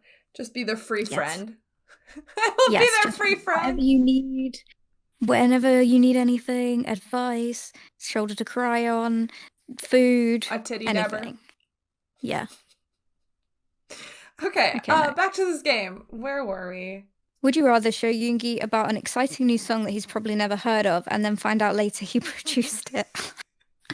Or criticize a dance routine you saw someone else performing on TV to Hobie, only to find out later Hobie choreographed it himself? Okay, well, this would definitely be the first one, because at least I'm praising the piece of work that I don't know is his. Like, if I'm critiquing a piece of work that I don't know it is, and then I find out, like, I'd feel so bad. And I'd probably never hate a piece of work Hobie choreographed, but if I did, like, I'd still hate that so much, rather than, like, if it's a song, I'll be like, oh my god, have you heard this song? This song is so good. And he'd be like, yeah, that's my song. And I'd be like, what? Well, okay, so here's the scenarios that I see these as happening. So you go to Yoongi, you feel superior because he's this producer friend that you have, and you're like, look, Yoongi, let me show you a song that I've heard that I really like. You've probably never heard of it, and it's really good, and maybe you could learn something from it. And you play it for him, and he listens to it stone-faced. And at the end of it, you go, see, isn't that so much better than what you've done? Like, this would be amazing if you could do something like this. And he's just like, I made that. I produced that song. Like, what a fucking awkward scenario. Okay, but if that was the scenario, then I deserved to get slapped down a peg or two because I am a horrible person. True. And then the second scenario is like you're watching TV, some like, I don't know, year-end show like Mama or MMA, or like one of those random ones like the AAA awards. And like there's some group and they're performing and it's just horrible. Like, and you're sitting there and you're watching with Hobie and you're like, they can't keep a beat. Like, they're not in sync, nothing looks good. What the hell are they even doing? They look like limp noodles on stage. And like, and at the end of it, like, you're just like, who the hell even tried to choreograph this? And Hobie's like, me. Like, at that point, I feel like it would also be awkward, but it could be a point of like hilarity where he's just like, it is bad, isn't it? And you just laugh together and you're just like, it's not you. I know you're good at choreographing. They're just completely terrible. And I don't know how you had any like patience to deal with that. Yeah. No, that would be pretty funny if it was that way around. But I just feel like in the first situation, I think that Yoongi deserves to have that superiority complex of like, bitch, you really want to come at me? That was my song. Yeah. How do you feel now? And then he holds that over your head, and Jin holds over your head the fact that you ruined his pants, and you're just like, wow, I'm a terrible human. Yeah, I'd be okay with that. I'd probably enjoy him having that much smug superiority over me. I'd be like, you know what? Yeah, you're a genius. I'm stupid. It's okay. Yeah, I think you're right. I'd go with that. But I wouldn't mind if, like, the second scenario where at the end Hobie's like, yeah, I did it. It's bad. I'm sorry. And it would depend on if he would take it really personally and, like, he'd put his heart and soul into that piece of work. And then I'd shat all over it and he was really upset because he thought it was really good. Yeah, if that was the case, then that would be horrible. No, I would never make him sad like that. But if it was objectively terrible, then I would just be like, Hobie, what happened? I know you're good at this. You're better than this. No, I know you're good at your job. What happened to them? Yeah. Okay, next one. Would you rather have to tell BTS in detail about which song in their discography you think is the worst and why, or have to convince them that they should only make music in English going forward for the rest of their careers? Okay, well, that is literally immediately off the table. Because one, I think that is stupid. And two, that goes against literally everything about who they are and what they stand for and what their music is. Oh, you mean the I would second? easily be able to tell them which song I think is the worst and why. Oh, really? Do you have one? I think this depends. Am I telling them which I think is generally a bad song or which one I don't like? Would you rather have to tell BTS in detail about which song in their discography you think is the worst? Not Yeah, that so you it's my don't like. personal preference. Yeah, but it's not what you like. It's what you think is the worst. Like, this is the worst song you Okay. guys have made. Not, this is the one I like least. No. You're saying objectively, this is the worst song you guys have made, and here's why I think that. There's not one coming to my head that I think is like really bad, to be honest. I know. So it's hard. But I think I would go with that option no matter what. Oh, yeah, Because I same. would never tell them you can only make music in English, like, going forward. Yeah. That would hurt them and devastate them. And that would also ruin their trust in me as someone who understands Yes. their cultural identity and their background.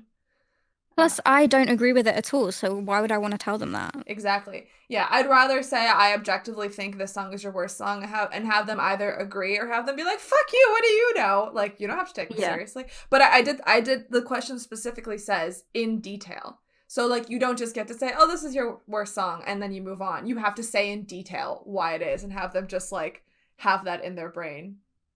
I could also like work around this by picking a song that none of them worked on. Like what? Uh, What's a song that none of them worked on? maybe one of their Japanese songs. But I like their Japanese songs. I don't know. Like, I couldn't tell you that I don't think any of BTS songs are like Objectively absolutely bad. awful. Yeah, I know. Yeah. Like, there's songs I don't like because they're not my Yeah. thing. But, like, that wouldn't answer this question. I'm like, Exactly.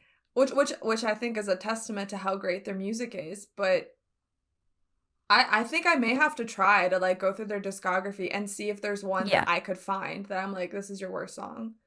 Yeah, that's what I would do as well. And I'm sure I could figure something out, like, but this is the thing, like, I feel like there aren't skips in BTS's discography because even if I don't like certain songs personally, I can appreciate them in certain ways, like, for certain reasons. And I get why they've done that and why they've used that song or, so yeah, Yeah, agree. But yeah, definitely first choice, never the second. definitely. All right, and final question. Would you rather haughtily challenge Jim into a game of ping pong, iced tea and a game of ping pong, sorry, and lose so bad he doesn't stop making fun of you for a week, or demand to drive Namjoon to your destination while boasting you're the better driver only to back into a tree just out of the driveway and total the car? Neither of us are hurt in this circumstance, yes? Yeah, you're not hurt. Okay. It's just See, like, both of these, like, I feel like I deserve everything I get because if I'm sitting there bragging about how great I am only to lose, then I deserve being made fun of. And if I'm talking about how much better of a driver I am just to back into a tree, like, that's just fate. Like, that's what happens in every movie. That's my comeuppance. I deserve it. I needed to be brought down a peg or two. yeah. But I feel like I'm going to pick ping pong just for the situation that, like, it doesn't damage anything. Yeah. Well, I think I would go with the second option and show Namjoon how horrible I am because I think it might help him. It might make him feel better that, like, me, this great driver who's done these cross country trips, I'm so good at, and then I back into a tree as well, and, like, I'm just as bad and destructive as he is. It might make him be like, you know what? It's okay. Like, I'm not that bad. I totally get you. And then No, you're so right. and then have him just, like, pat me on the head and be like, well, good try, Yami. Maybe one day. Yeah. Like, it definitely would make him feel better about himself. Yeah, and then he could tell the story to everyone else, and then everybody else could make fun of me. In addition, for the fact that I ruined Jin's pants, I made fun of Jin's Yoongi's music. I like they can just be like, sit down, be quiet. We're gonna like duct tape you to this chair so you stop hurting. Why do words ever come out of your mouth? Ever. They'll just tell me, we'll take care of you. Just don't touch anything. Yeah, I think I'm gonna change my answer as well, because like I feel like that would be a very funny memory that you would look back on, and you would like have that day trip together that you, like in a few years time you'd be like, remember how stupid that was? Like you would always remember that. Yeah. And like it would be like a funny thing that the two of you had done together. Yeah. Okay, well, we've reached the end of our Would You Rather awkward edition. How was it, Billie? It was awkward but enjoyable. I think I learned a lot about myself during this game, that I just want BTS to love me. Okay, because I want to do everything good for them ever and never make them feel bad, and just be my friend, okay? Yeah. I hope they watch this and just know that, like, we're real.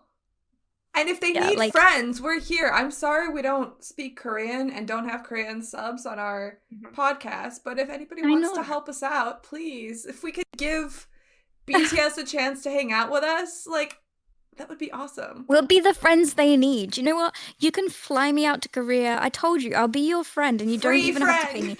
Free friend. As long as I have somewhere to live and food to eat, then I will just be at your beck and call. You need a friend that you can always trust and rely on. Just take me as your friend. Yeah. All right, let's have a break, shall we? Okay.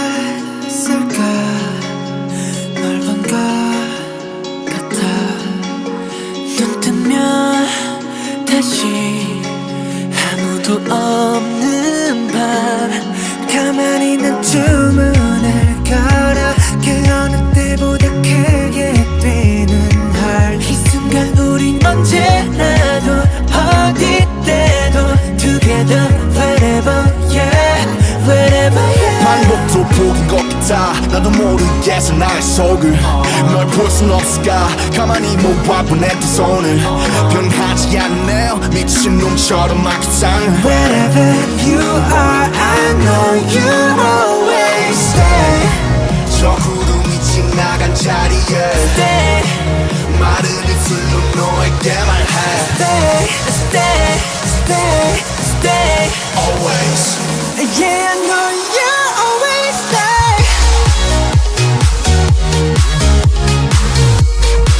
Yeah I know you'll always stay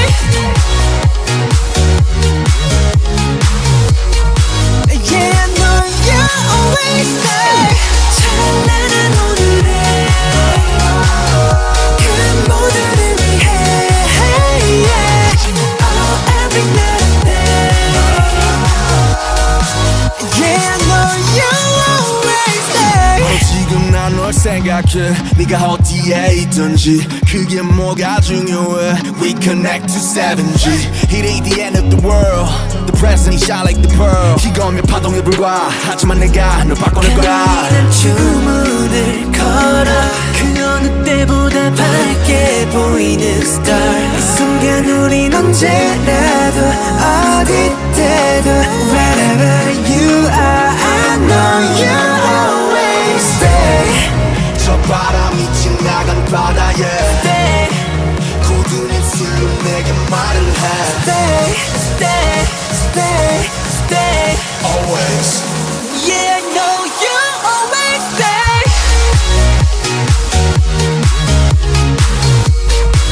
Yeah I know you'll always stay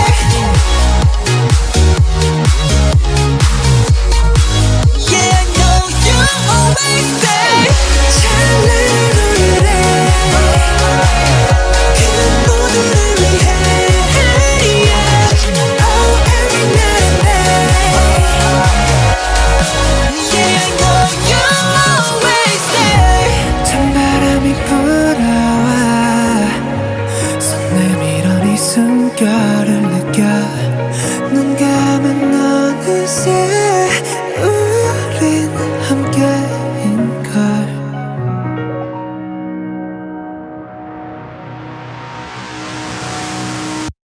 All right, welcome back, guys.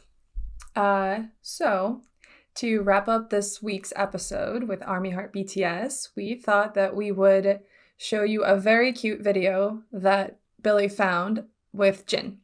Yes, it was his birthday this week, so we thought that we would celebrate him and find a really sweet video. And I was watching compilations of him all day, and I thought we'd go with this one because it might reach out to you personally. Also, I really wanted to end this episode with Abyss, but like we always end the episode based on what was in Army Heart BTS, so I was like, well, it has to be Jin, and then we can end with Abyss, so that's what we're gonna do. Okay, have fun, guys. 저희가 많이 많이 사랑하니까요.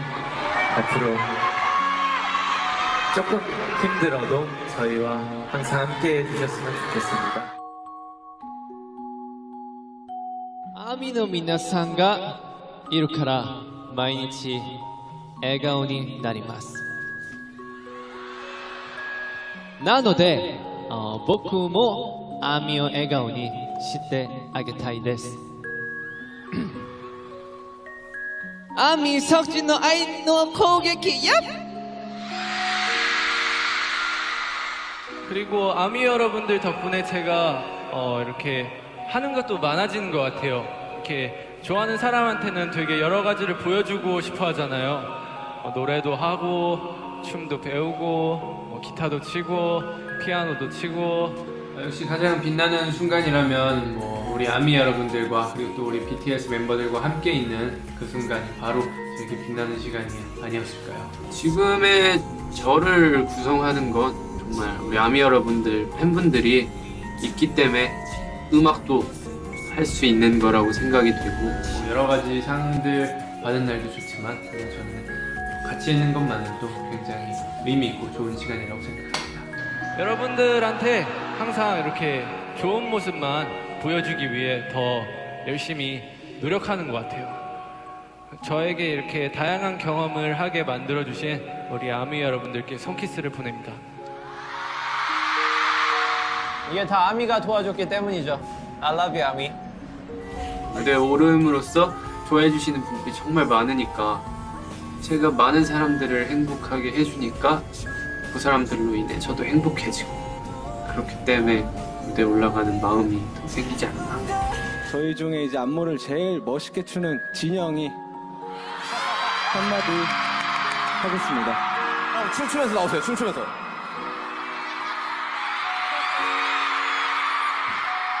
저한테 왜 그런지 잘 모르겠는데요. 아미 여러분들을 위해서라면 정말 이 한 번 부서지도록 열심히 추겠습니다. 감사합니다. 가수로서 제가 곡을 만들면서 이렇게 많이 들어주셨으면 좋겠는데 또 저는 그냥 제 노래를 듣는 사람들이 행복했으면 좋겠는데 그런 노래가 아니니까. 되게 노래가 그렇잖아요. 길을 걸어갔다고 좀 아미 분들도 이렇게 앞에 계셔주시고 노래 감정도 그렇고 항상 울고 싶었는데 그래도 맏형이니까 또 울면 안 되잖아요. 제가 행복한 걸 느끼네요. 제가 행복한 일이 있다면 그거는 우리 아미 여러분들이 만들어준 게 아닌가 싶습니다.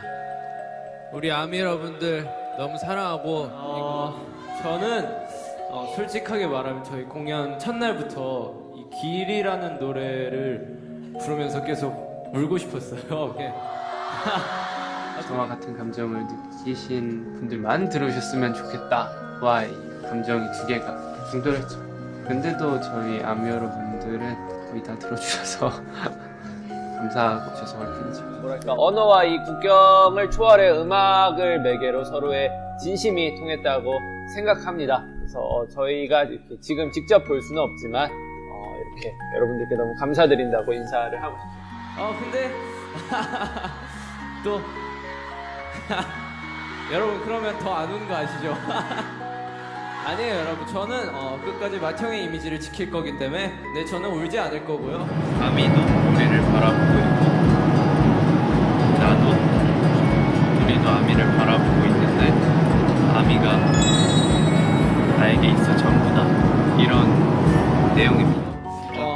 항상 이렇게 저희와 같은 길을 걸어주셔서 정말로 너무너무 감사드리고요. It's Moon. For this track, I worked with Slow Rabbit. We have a similar vibe. This song is about how the moon views the earth. Of course, I am the moon, and ARMY is my earth. Moon is much brighter than my previous songs because it holds a lot of love for our fans. And I worked on this song in New Zealand. 정말 저희 부모님만큼이나 저희 아미 여러분들도 너무나 사랑합니다. 저희랑 같은 길 걸어와 주셔서 감사합니다.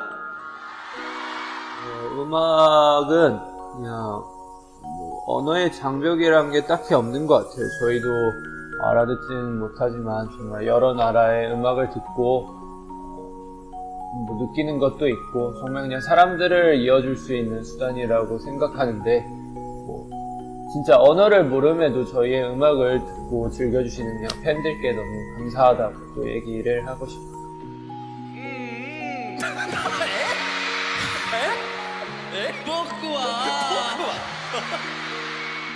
아미가 스키스기로 도스레바 이 데스까? 뭐랄까 사랑을 되게 많이 받은 것 같아요. 그래서 아미 여러분들 덕분에 사랑을 너무 많이 받아서 제 얼굴이 내 얼굴이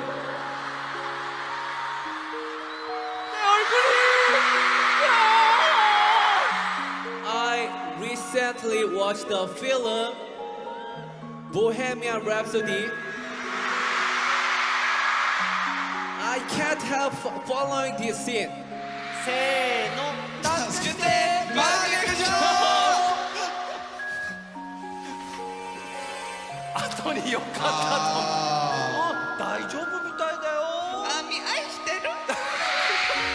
우리가 이렇게 힘들었을 때 공통적인 주제는 콘서트 그리고 공연 그리고 부가적인 것들 그리고 아미 이렇게 있었습니다.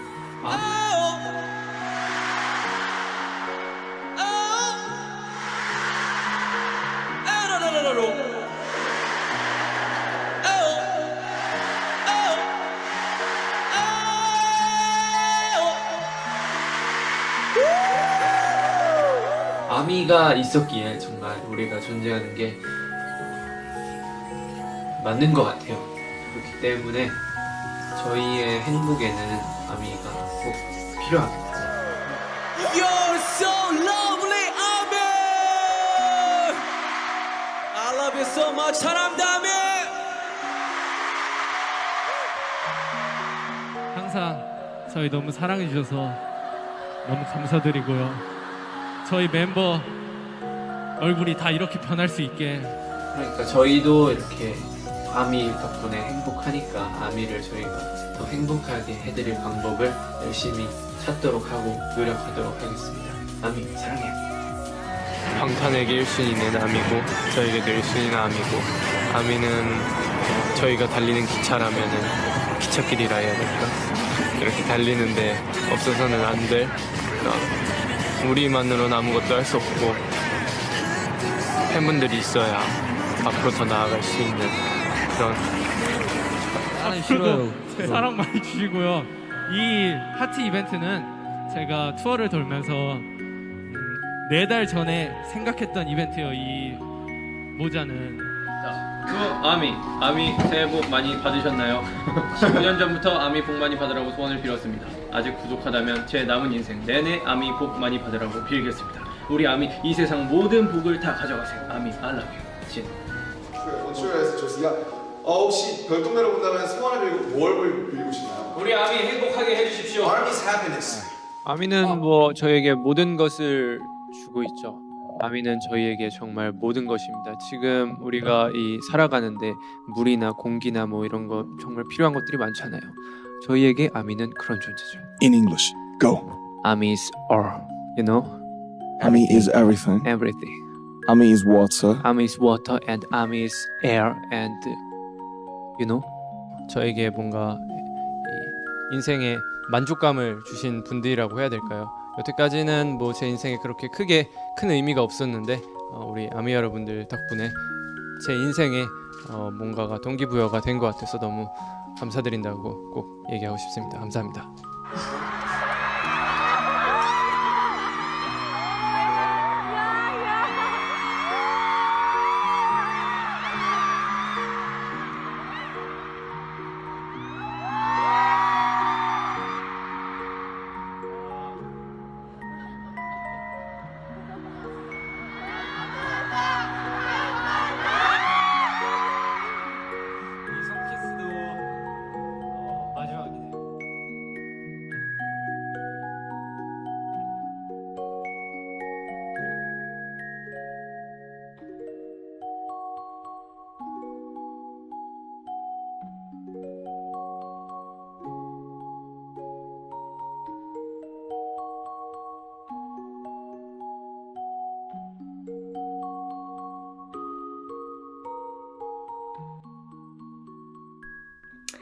Well, guys, I hope you enjoyed that.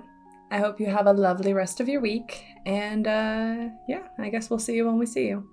Celebrate Jin this week, and yeah, hope you had fun on Army Time with us today. Bye, guys. Bye.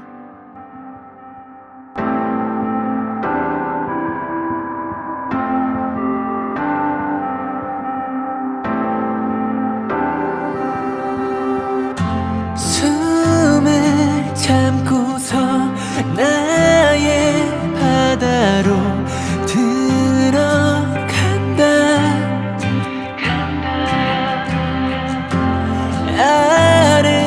아름답고도 슬피 우는 나를 마주한다. 저 어둠 속에 날 찾아가 말하고 싶어. 오늘은 널 더 알고 싶다고 yeah. 아직도 나는 내게 머물러 있다. 목소리 나오질 않고 맴돌고만 있다. 저 까만 거 잠기고 싶어. 가보고 싶어. I'll be there. 오늘도 또 너의 주위를 맴돈다. 너에게 갈수록 숨이 차오르고 넌 더 멀어지는 것 같아. 더 깊은 바다로 들어간 건 아닐까 yeah. 저 바닷속에 날 찾아가 말하고 싶어. 오늘은 널 더 알고 싶다고 yeah. 아직도 나는 내게 머물러